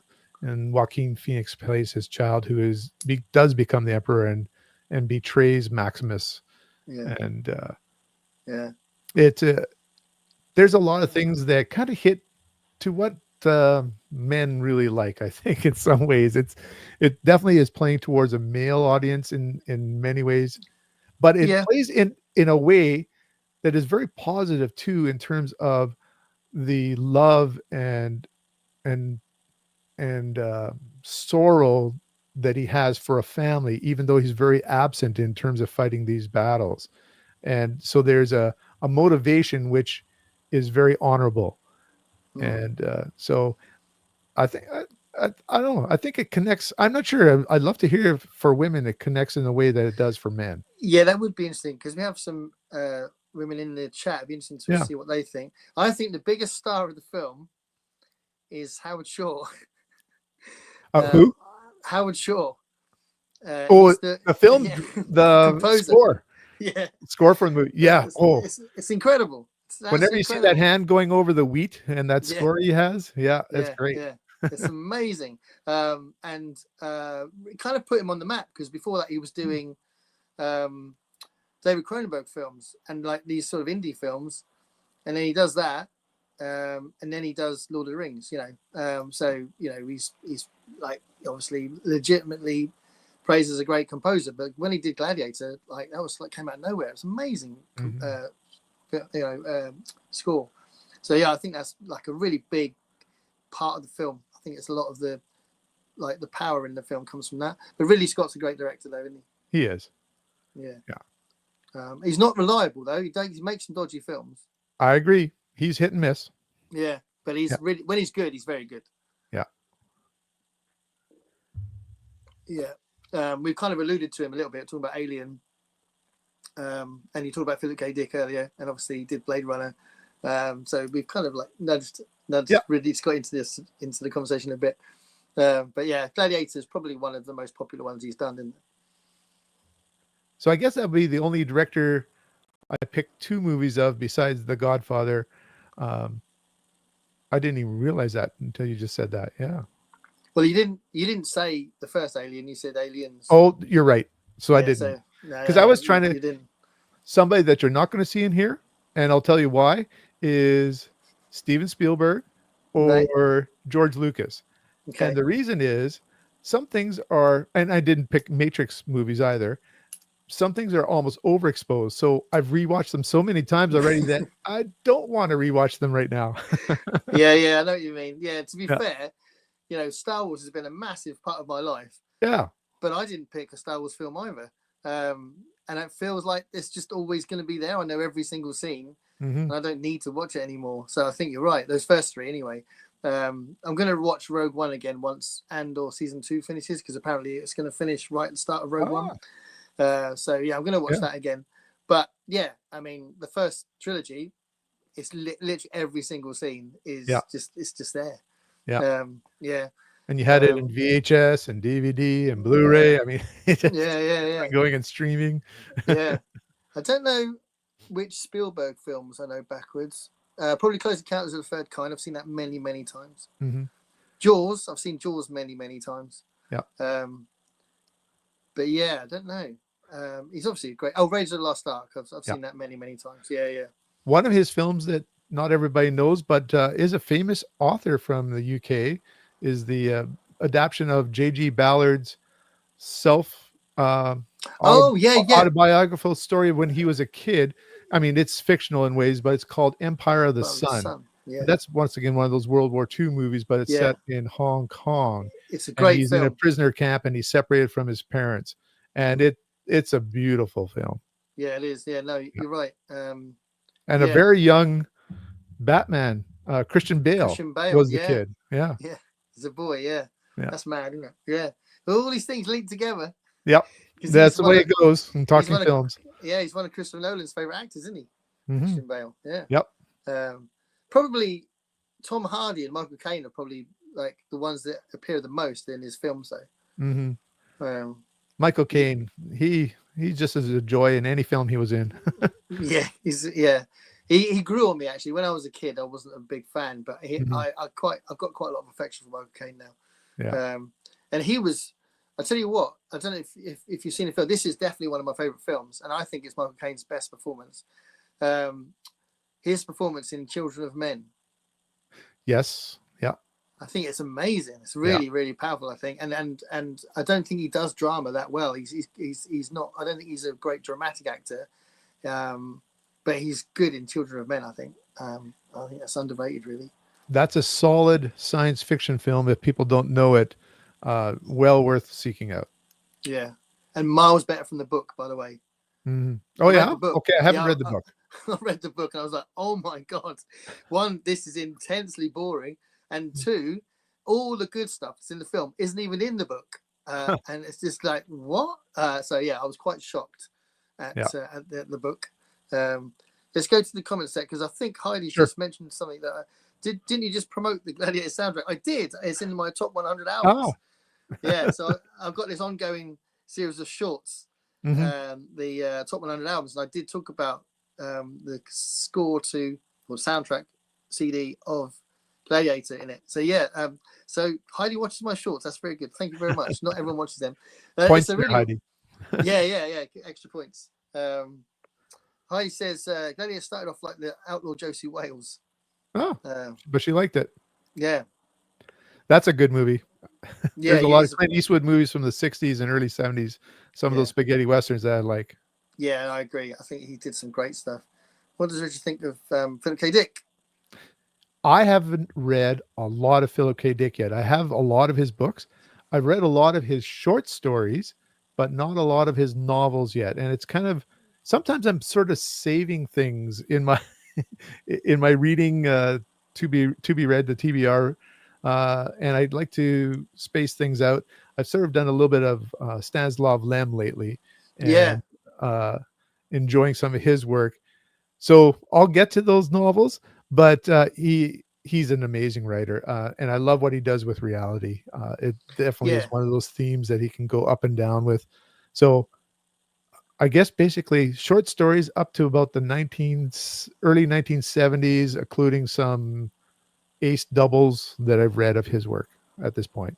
Yeah, Heidi mentions Three Stigmata. That's a good one. Yeah. I think I've read about 6 of his novels, I guess, and a bunch of his short stories like you have. My favourite is Ubik, but it's completely mad. But I think halfway through it, it clicks, and you're like, okay, I'm in it now, even though it's really random, but it starts making sense. You start thinking like the book. It's a very interesting read. But I think that's my favourite one. But yeah, he's a very, very interesting writer, and you can see why people get obsessed with him. Yeah, and why there's so many movies made of his work. Yeah. And he wrote a lot as well. There's in a short life. Yeah, and quite a troubled life as well. I watched an awesome. I didn't know much about his actual life, but I watched a really good kind of biographical thing about Philip K. Dick by Moy, the Media Death Cult. He did. You watch his stuff, right? I've watched some of his stuff. I haven't watched that one. Right. Yeah. So it's really good because he talks about, kind of investigates the reason why he writes like he does, because he went into this big obsessive kind of read along thing with Philip K. Dick, but then he put out this video about the man himself rather than stories. It was really good. Yeah, it's interesting. Yeah, Moyd goes very deep. He's a documentary maker. He's now, yeah. He's and he deleted hundreds of videos where he just sat there talking about books, and everyone's like, "What did you do with your old videos?" But they're coming back now, apparently. Yeah. But yeah, he's definitely got into the whole walking around the forest talking about stuff. But I think he's brilliant and very funny. Jewel. Oh, yeah, that's a great Steven Spielberg film. I agree. The script is written by Richard Matheson. And I'm a big Richard Matheson fan. Of course, because of Twilight Zone. Yeah. And one of the things I talk about, one of the people I talk about in my teaching, I always talk about session musicians and what the career was like and why it was important during the 50s, 60s, and 70s in particular. And I talk about Carol Kay, who was one of the LA session musicians that did loads of adverts and TV themes, and she's on thousands of records, like hundreds of thousands of records, whatever, like ridiculous amount of records. And she played the bass part in Jewel, and the score of Jewel is mostly her doing this sort of thing on the up the frets on bass, and she talks about it on this little documentary about her. And she said she got loads of money just by just doing this thing on the bass, and she says don't knock it because it paid for my house or whatever she says. Jewel is an interesting one, and it's a great film, isn't it? It is. Stephen Bill, I think it's his first film, but it showed so much of his ability to move with the camera and to create the suspense. And Richard Matheson, anything that he writes is very suspenseful, and you can feel and see the people sweating from terror in his books. And Steven Spielberg just nailed that too in that movie in terms of the tension with that trucker chasing Dennis Weaver, I think was the Dennis actor. Weaver, yeah. And it's a short film. I think it's maybe 80 minutes. But if you want to feel anxious, it's a good one to watch. It's not really one to watch on a desert island, is it? No, not for me. But I love the fact that me and John Silver's given us an excuse to talk about Richard Matheson. Nice. Heidi says Empire of the Sun is super. Watched it recently. It is a great film. I haven't watched it for a long time, but it's a great film. I'm actually with Greg from Another Bibliophile Reads. We're both reading every short story by J.G. Ballard. We're reading one a week. It's going to take us 2 years. One a week. That's a good. You guys are determined. That's great. Or I should say disciplined, maybe. In terms of I'm not as disciplined. I'm 1 week behind, but luckily because it's only one story and they're really short, I'm going to read two this week. So Greg's not watching this, but if he is watching this, I'm catching up, mate. But 1 week. It's interesting. But because we're starting right at the beginning, they're not like amazing yet. But he's a very interesting writer, J.G. Ballard. I love Burt Reynolds and Clint Eastwood. Yeah, I can only watch the Dirty Harry movies. Yeah. I can watch the Dirty Harry. There was a great film where it was sort of there was a big fanfare when they appeared in the same film together, wasn't it? Do you remember what that was called? It was like a parody of their action cop films, wasn't it? Can't remember what it's called. It's quite obscure now. It never gets shown on TV.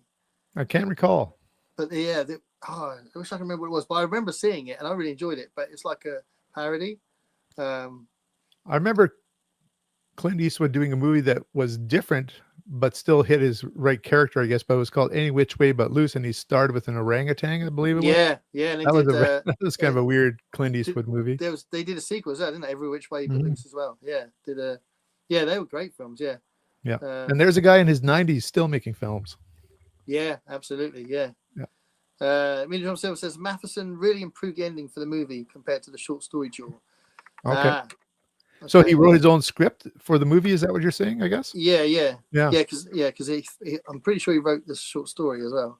Mm-hmm. Oh yeah, he did. Yeah, he did. Yeah, he wrote. I've read the short story. I just didn't know that he wrote the script as well. Yeah, he did. Yeah. So that's pretty cool. He certainly knew his way around a script. Oh yeah. He wrote the script for the original, I think it's Roger Corman version of the of Shirley Jackson's House on Haunted Hill. Oh, okay. Yeah, he wrote the script for that. Yeah. So he's definitely had a relationship with film over the years, as well as obviously the different versions of I Am Legend and Incredible Shrinking Man, which is based on his Shrinking Man, and other films and always the Twilight Zone stuff. Well, yeah. I just finished I Am Legend. I'm just not sure how I want to approach that it's so well known. I'm not sure how I want to approach that in a review. I may just talk about Richard Matheson like we are right now. Well, I did a review of I Am Legend in my early days and my early BookTube days. So I did it about 3 years ago. And I did talk quite a lot about Richard Matheson at the beginning because it was my first chance to talk about him, and I talk about him in general before I talked about the book. So I mean, by all means, have a look at my review of I Am Legend. Sure. I love that book. Did you like it? Oh, I like it. I'd read it before. It was a reread for me when I say I read something before, I kind of have a gap in my science fiction reading. I read a lot into the 1980s, and then having my family, I really kind of went away from it. And I mean, I did read some, but then around 2015, maybe, I started getting a little bit more into it once my kids were leaving home. And once I started seeing you booktubers, that's when it kind of took off again. So we've got a different kind of purpose behind it now, haven't we? Because we can talk about it. It's more of a social thing, isn't it? Yeah, exactly. Yeah. Because I read stuff when I was younger and I've just forgotten what it was like or what I thought of it, but I know I've read it. So there's a lot of that going on with some of the older science fiction I read. Which is great, because sometimes you can really enjoy a novel for a second time because of that. Yeah. But you also think, is this going to be okay? Am I going to think? Because I was reading the Fritz Leiber Swords books, and I hadn't read the Swords books for years and years and years. But I'm really pleased that they still stand up now. They're not that dated, So that was really nice to see. But I'm rereading all the Ray Bradbury stuff as well at the minute. So that's already. He's another future project, but I read a lot of his work. Two authors that I read close to the beginning of my channel that were important books to me, and I was so thankful they held up, was Arthur C. Clarke's Childhood's End. And Pierre Boulle's Planet of the Apes, which I like better than the film itself, even though I love the original film too. We could talk forever about the Planet of the Apes films. My wife has just arrived. Hey, welcome home. I'll quickly say hello. Hello, welcome home. Richard says hello, welcome home. Thank you very much.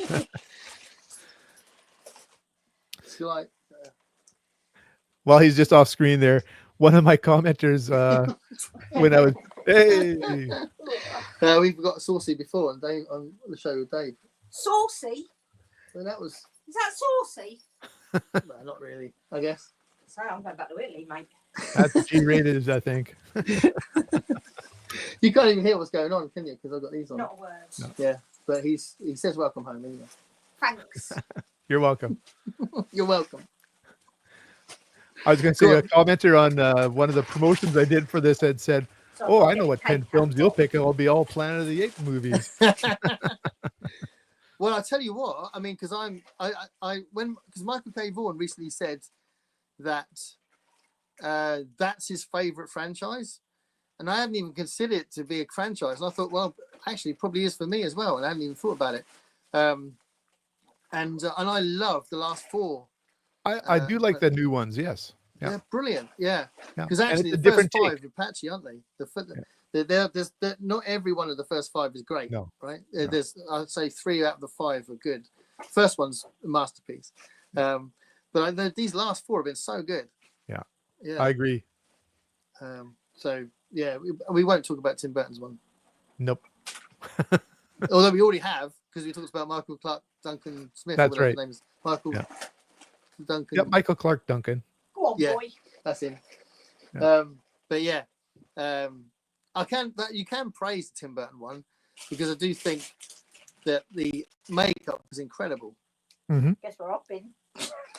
But it's that and the music, basically. After that, there's not a lot else to praise. And it brought the franchise back to people's attention, I guess. Is Yeah. another way you could say it positively, I guess. Yeah. Faint praise. Yeah. I don't like slagging off Tim Burton, because I think that loads of his films are some of my favorite films. I agree. So he just shouldn't have done Planet of the Apes. It's just not his thing, I don't think. Right. Almost every director is going to have some sort of a Hello, miss. goodbye. You're right.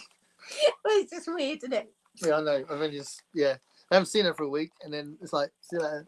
And then before that, I was on holiday, so we haven't seen each We other haven't really probably seen for 2 each weeks. other for a fortnight. Yeah, we'll make up for it. So, have we got one left? We have one left if you want to go for it, or if you're done, that's okay. No, absolutely. All right. Oh, let's look at the comments, because Sure. Jim has actually said what that film was called. Poking my head back in, you guys were thinking of City Heat. Yeah. That was it, City Heat. Which, And then there was, I wonder if Heat was named after City Heat when they got De Niro and Yeah. Pacino together.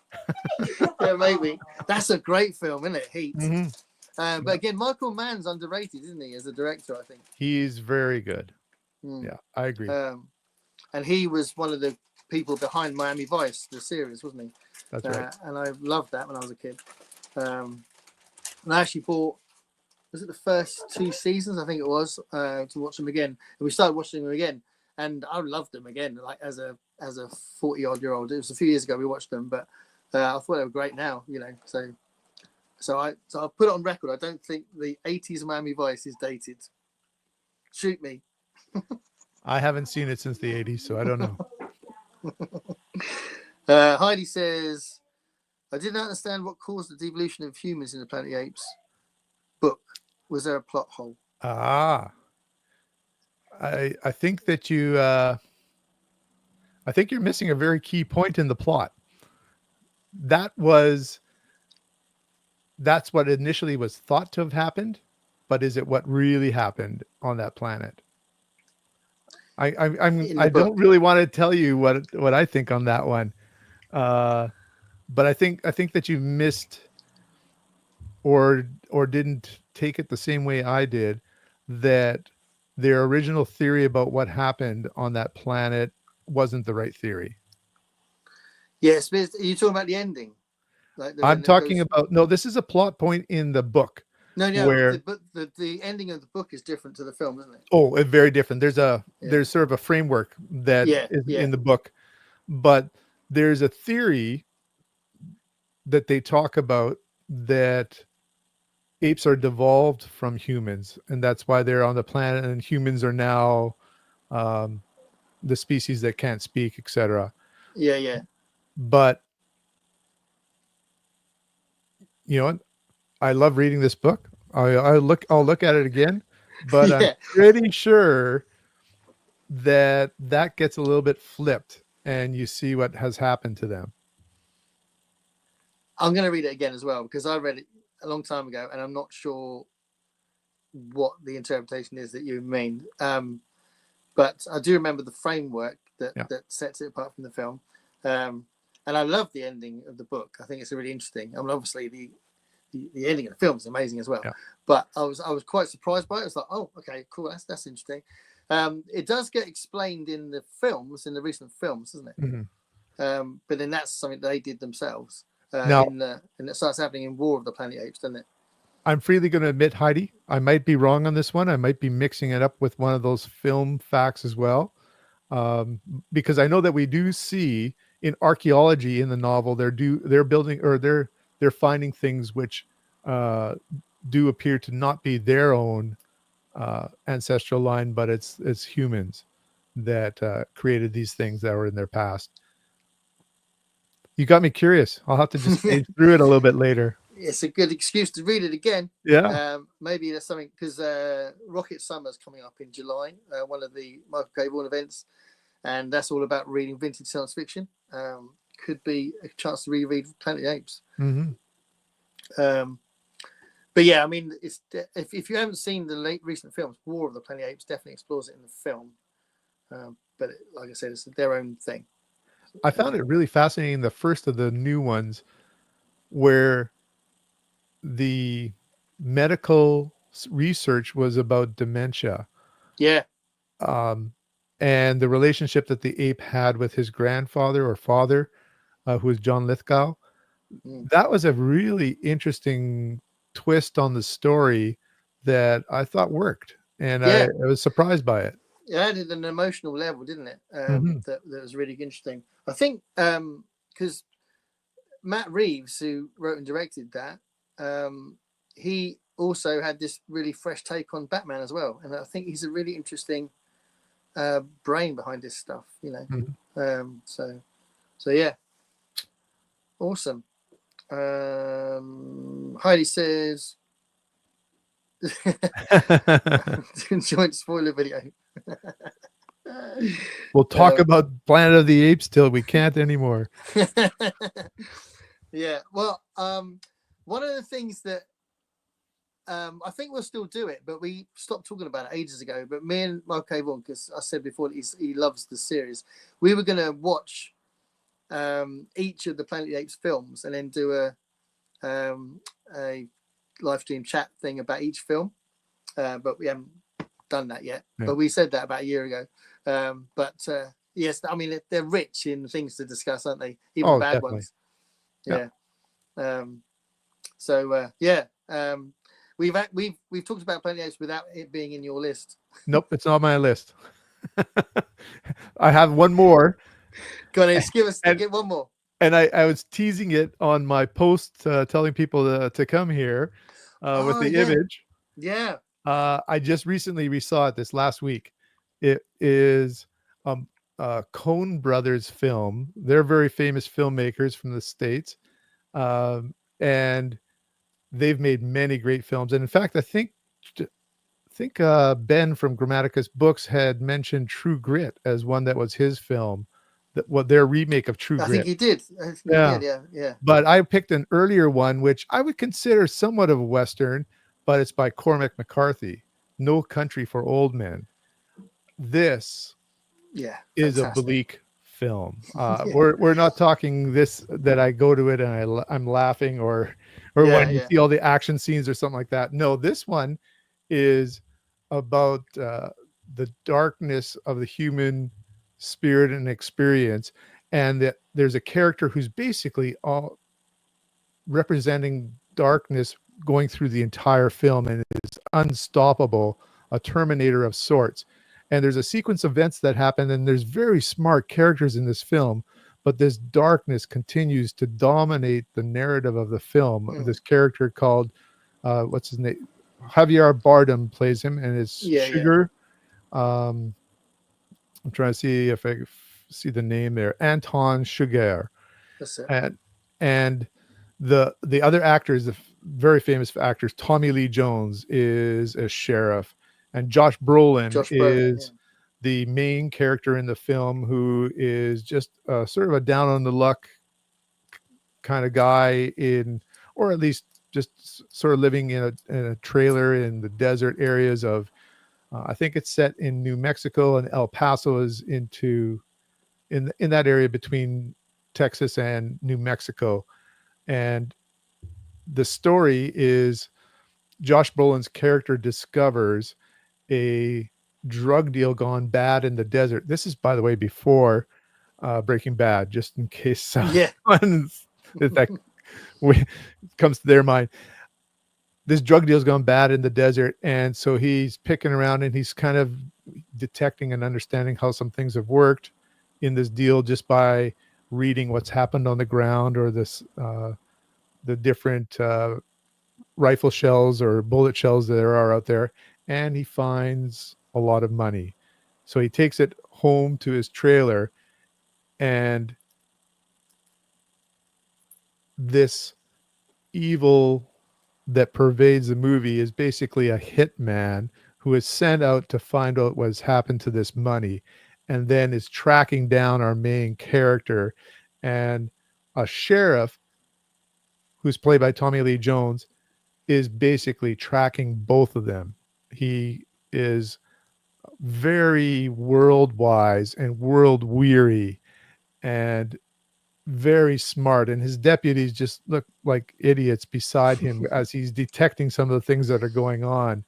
We have Woody Harrelson in there as a person hired to also track down this character.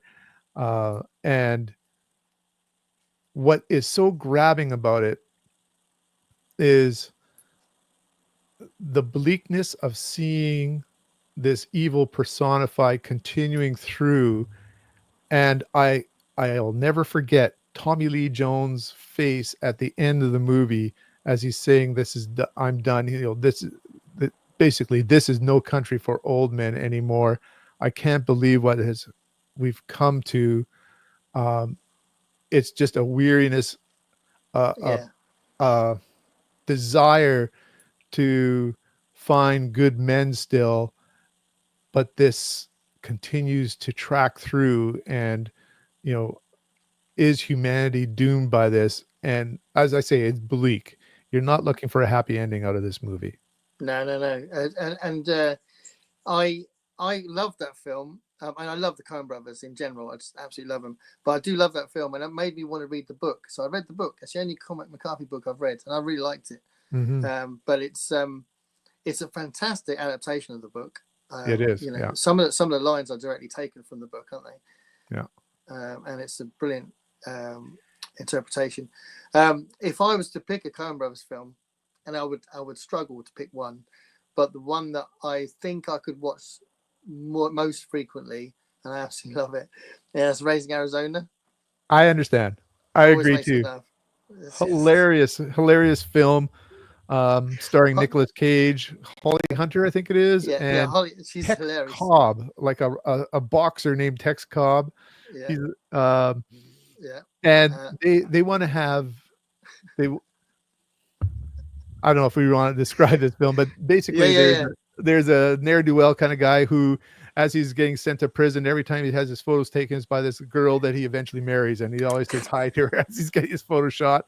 And there's a long soliloquy at the beginning about how they got married and they can't have children. Her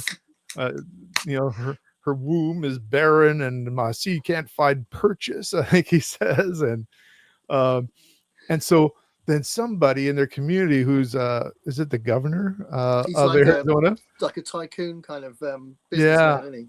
Their family has quintuplets, and so he figures they can't miss one. And so he just go out to steal a baby. And then there's a prison escape by this guy, once again kind of plays evil personified throughout this movie, on a biker with shotguns. And but there's a ridiculous everything ending goes as well, crazy. Do you remember the link with the tattoo at the end? Mm-hmm. Yeah. It's so stupid and it's fantastic. And it's like hilarious. A cartoon at the end with them trying to get the baby. There's all these different people trying to get the baby, and to go back and pick up the Guide to Childcare book as well, and all that sort of stuff. It's just amazing. And Nicolas Cage is hilarious in it, and the Holly Hunter's really funny as well. It's just brilliant. So I think there's quite a lot of their films you could rewatch. I agree. But for me, that would be my choice. So obviously not very bleak. No. So you clearly want to get depressed on the desert island, right? Well, I think to me, this is a little bit like Dunkirk. I think every frame of this film serves a purpose and is beautifully shot. Yeah. And I didn't read the book before I saw the film.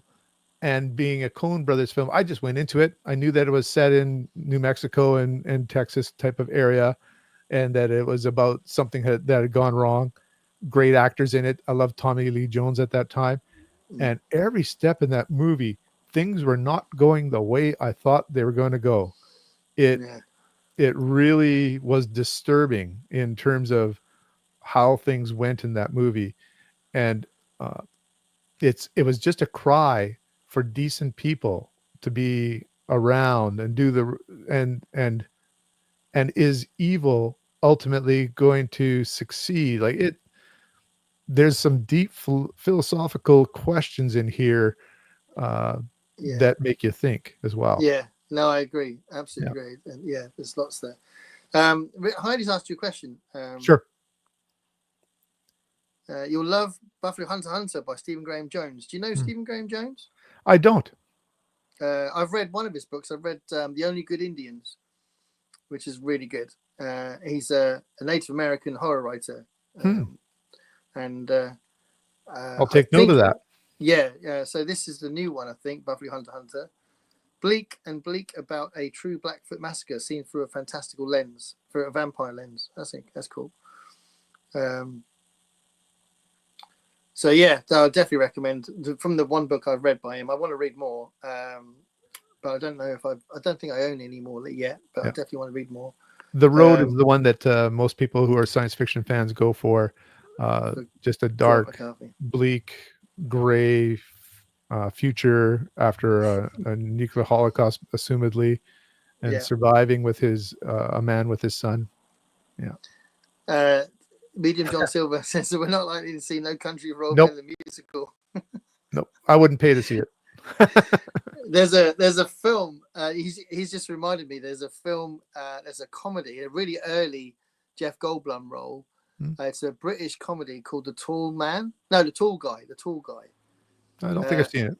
Yeah, it was. He's plays the main part, and it's like a rom-com. The main female part is played by Emma Thompson, and it's really early in their careers, and it's by the guy who wrote and directed Four Weddings and a Funeral and Notting Hill and stuff like that. So he's like famous English rom-com guy. But in the guy that Jeff Goldblum plays an actor in it, and as part of the comedy, he's starring in a musical of The Elephant Man. Oh. And the musical is called Elephant ! And some of the scenes from the musical are hilarious and ridiculous. But it never gets shown anymore. It's quite an obscure film now, considering there's such famous people in it, and there's a famous writer and director. The guy wrote Blackadder and all sorts of things. And it doesn't get shown. It's really weird. But yeah, that reminded me of that because there's a musical of the Elephant Man in it. So yeah, actually talking about the Elephant Man, we lost David Lynch recently, didn't we? Are you a David Lynch fan? Not huge, but I recognize his films as good films. Right. Yeah. Well done films. Yeah. Right. Well, all the comments seem to have stopped. So we've outlasted them all.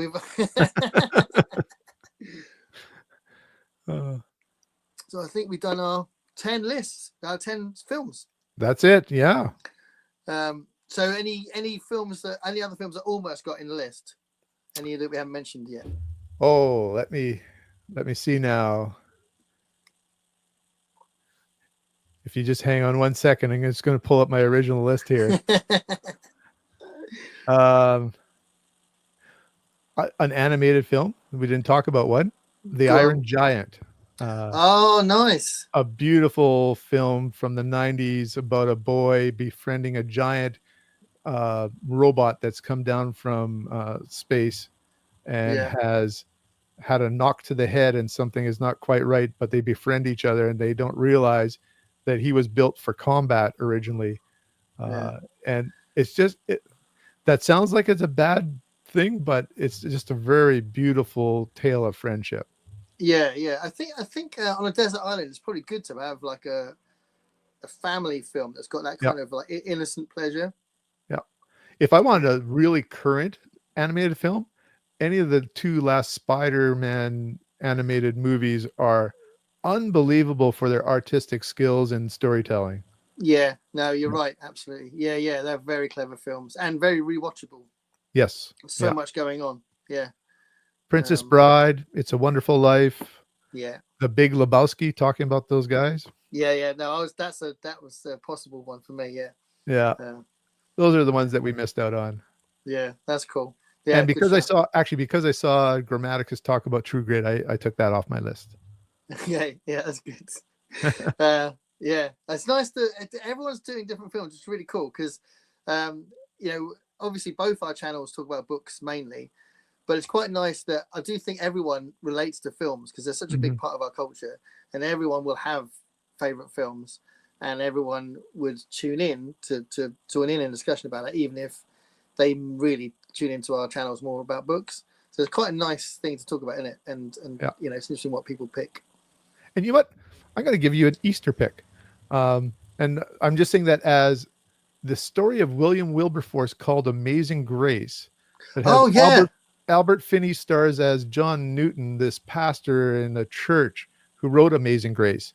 That is quite a inspiring film about attempting to abolish slavery in England. yeah. Yeah, I very moving. actually I took some children to see that, and like we went en masse to the cinema as when I think I was training to be a teacher then. It was one of the things I had to do. I had to take them on a trip as part of my, you know, like ticking off the standards of being a teacher, and that was one of the trips I did. And like you kind of go through the paperwork and all that, and you kind of proving you know how to do the paperwork. And we went to see that. Like it was like, I don't know what year group they were. I think they were like 12 or 13-year-olds or something. I think that's right. Yeah, I think it was But appropriate for that age. yeah, Yeah. it was a good film. Yeah, that was cool. Yeah, nice choice. That's a little bit more obscure for people. Yeah. That's a bit weird. Oh no, it's all right. I thought I had what we're doing on the screen, and it's just gone. But it's because my dog has just turned it off. You got a talented dog. Yeah, he's clearly an opinionated dog. You didn't like it, Ralph? You think it's a bit crap? Not enough dog films. That's what it is. What would it like? Dog That's films. right. What are the best dog films? Oh, you know what? For me, it would be something like Old Yeller or Where the Red Fern Grows. Those ones that you're just weeping at the end of it. He's not reacting. No. It's not worth it, mate. It's not worth it. He doesn't care. So Richard should be on my next movie trivia night. Yeah, you could represent Canada. Yeah. So I did at Christmas I did a movie quiz. Oh yeah. Yeah, it'd be interesting to see. Yeah, you could compete against Gavin from Genre Books, cleaned the slate. And there was it sounds like it from his comments here. Yeah. Yeah, it was good laugh actually. It was a nice thing to do over Christmas. So who knows? Maybe I'll get in touch. But yeah, I think that's been a fantastic show. I really appreciate you being on the show. If you don't know Richard's channel, please subscribe, watch his stuff, because he's literally one of the best booktubers on BookTube. And if you're into science fiction, obviously. And yeah, thank you so much, Richard. I know that this is the first time we spoke like together, so I really this is a lot of fun. Thank you for inviting me. Nice one. All right, so we'll leave it there. Thanks everybody. Catch the next one, and we will. How do I do this without if I don't want to do that. This is interesting. I'm going to do something. If I disappear, Richard, rather than just off, then I don't know. Then it's a magic trick.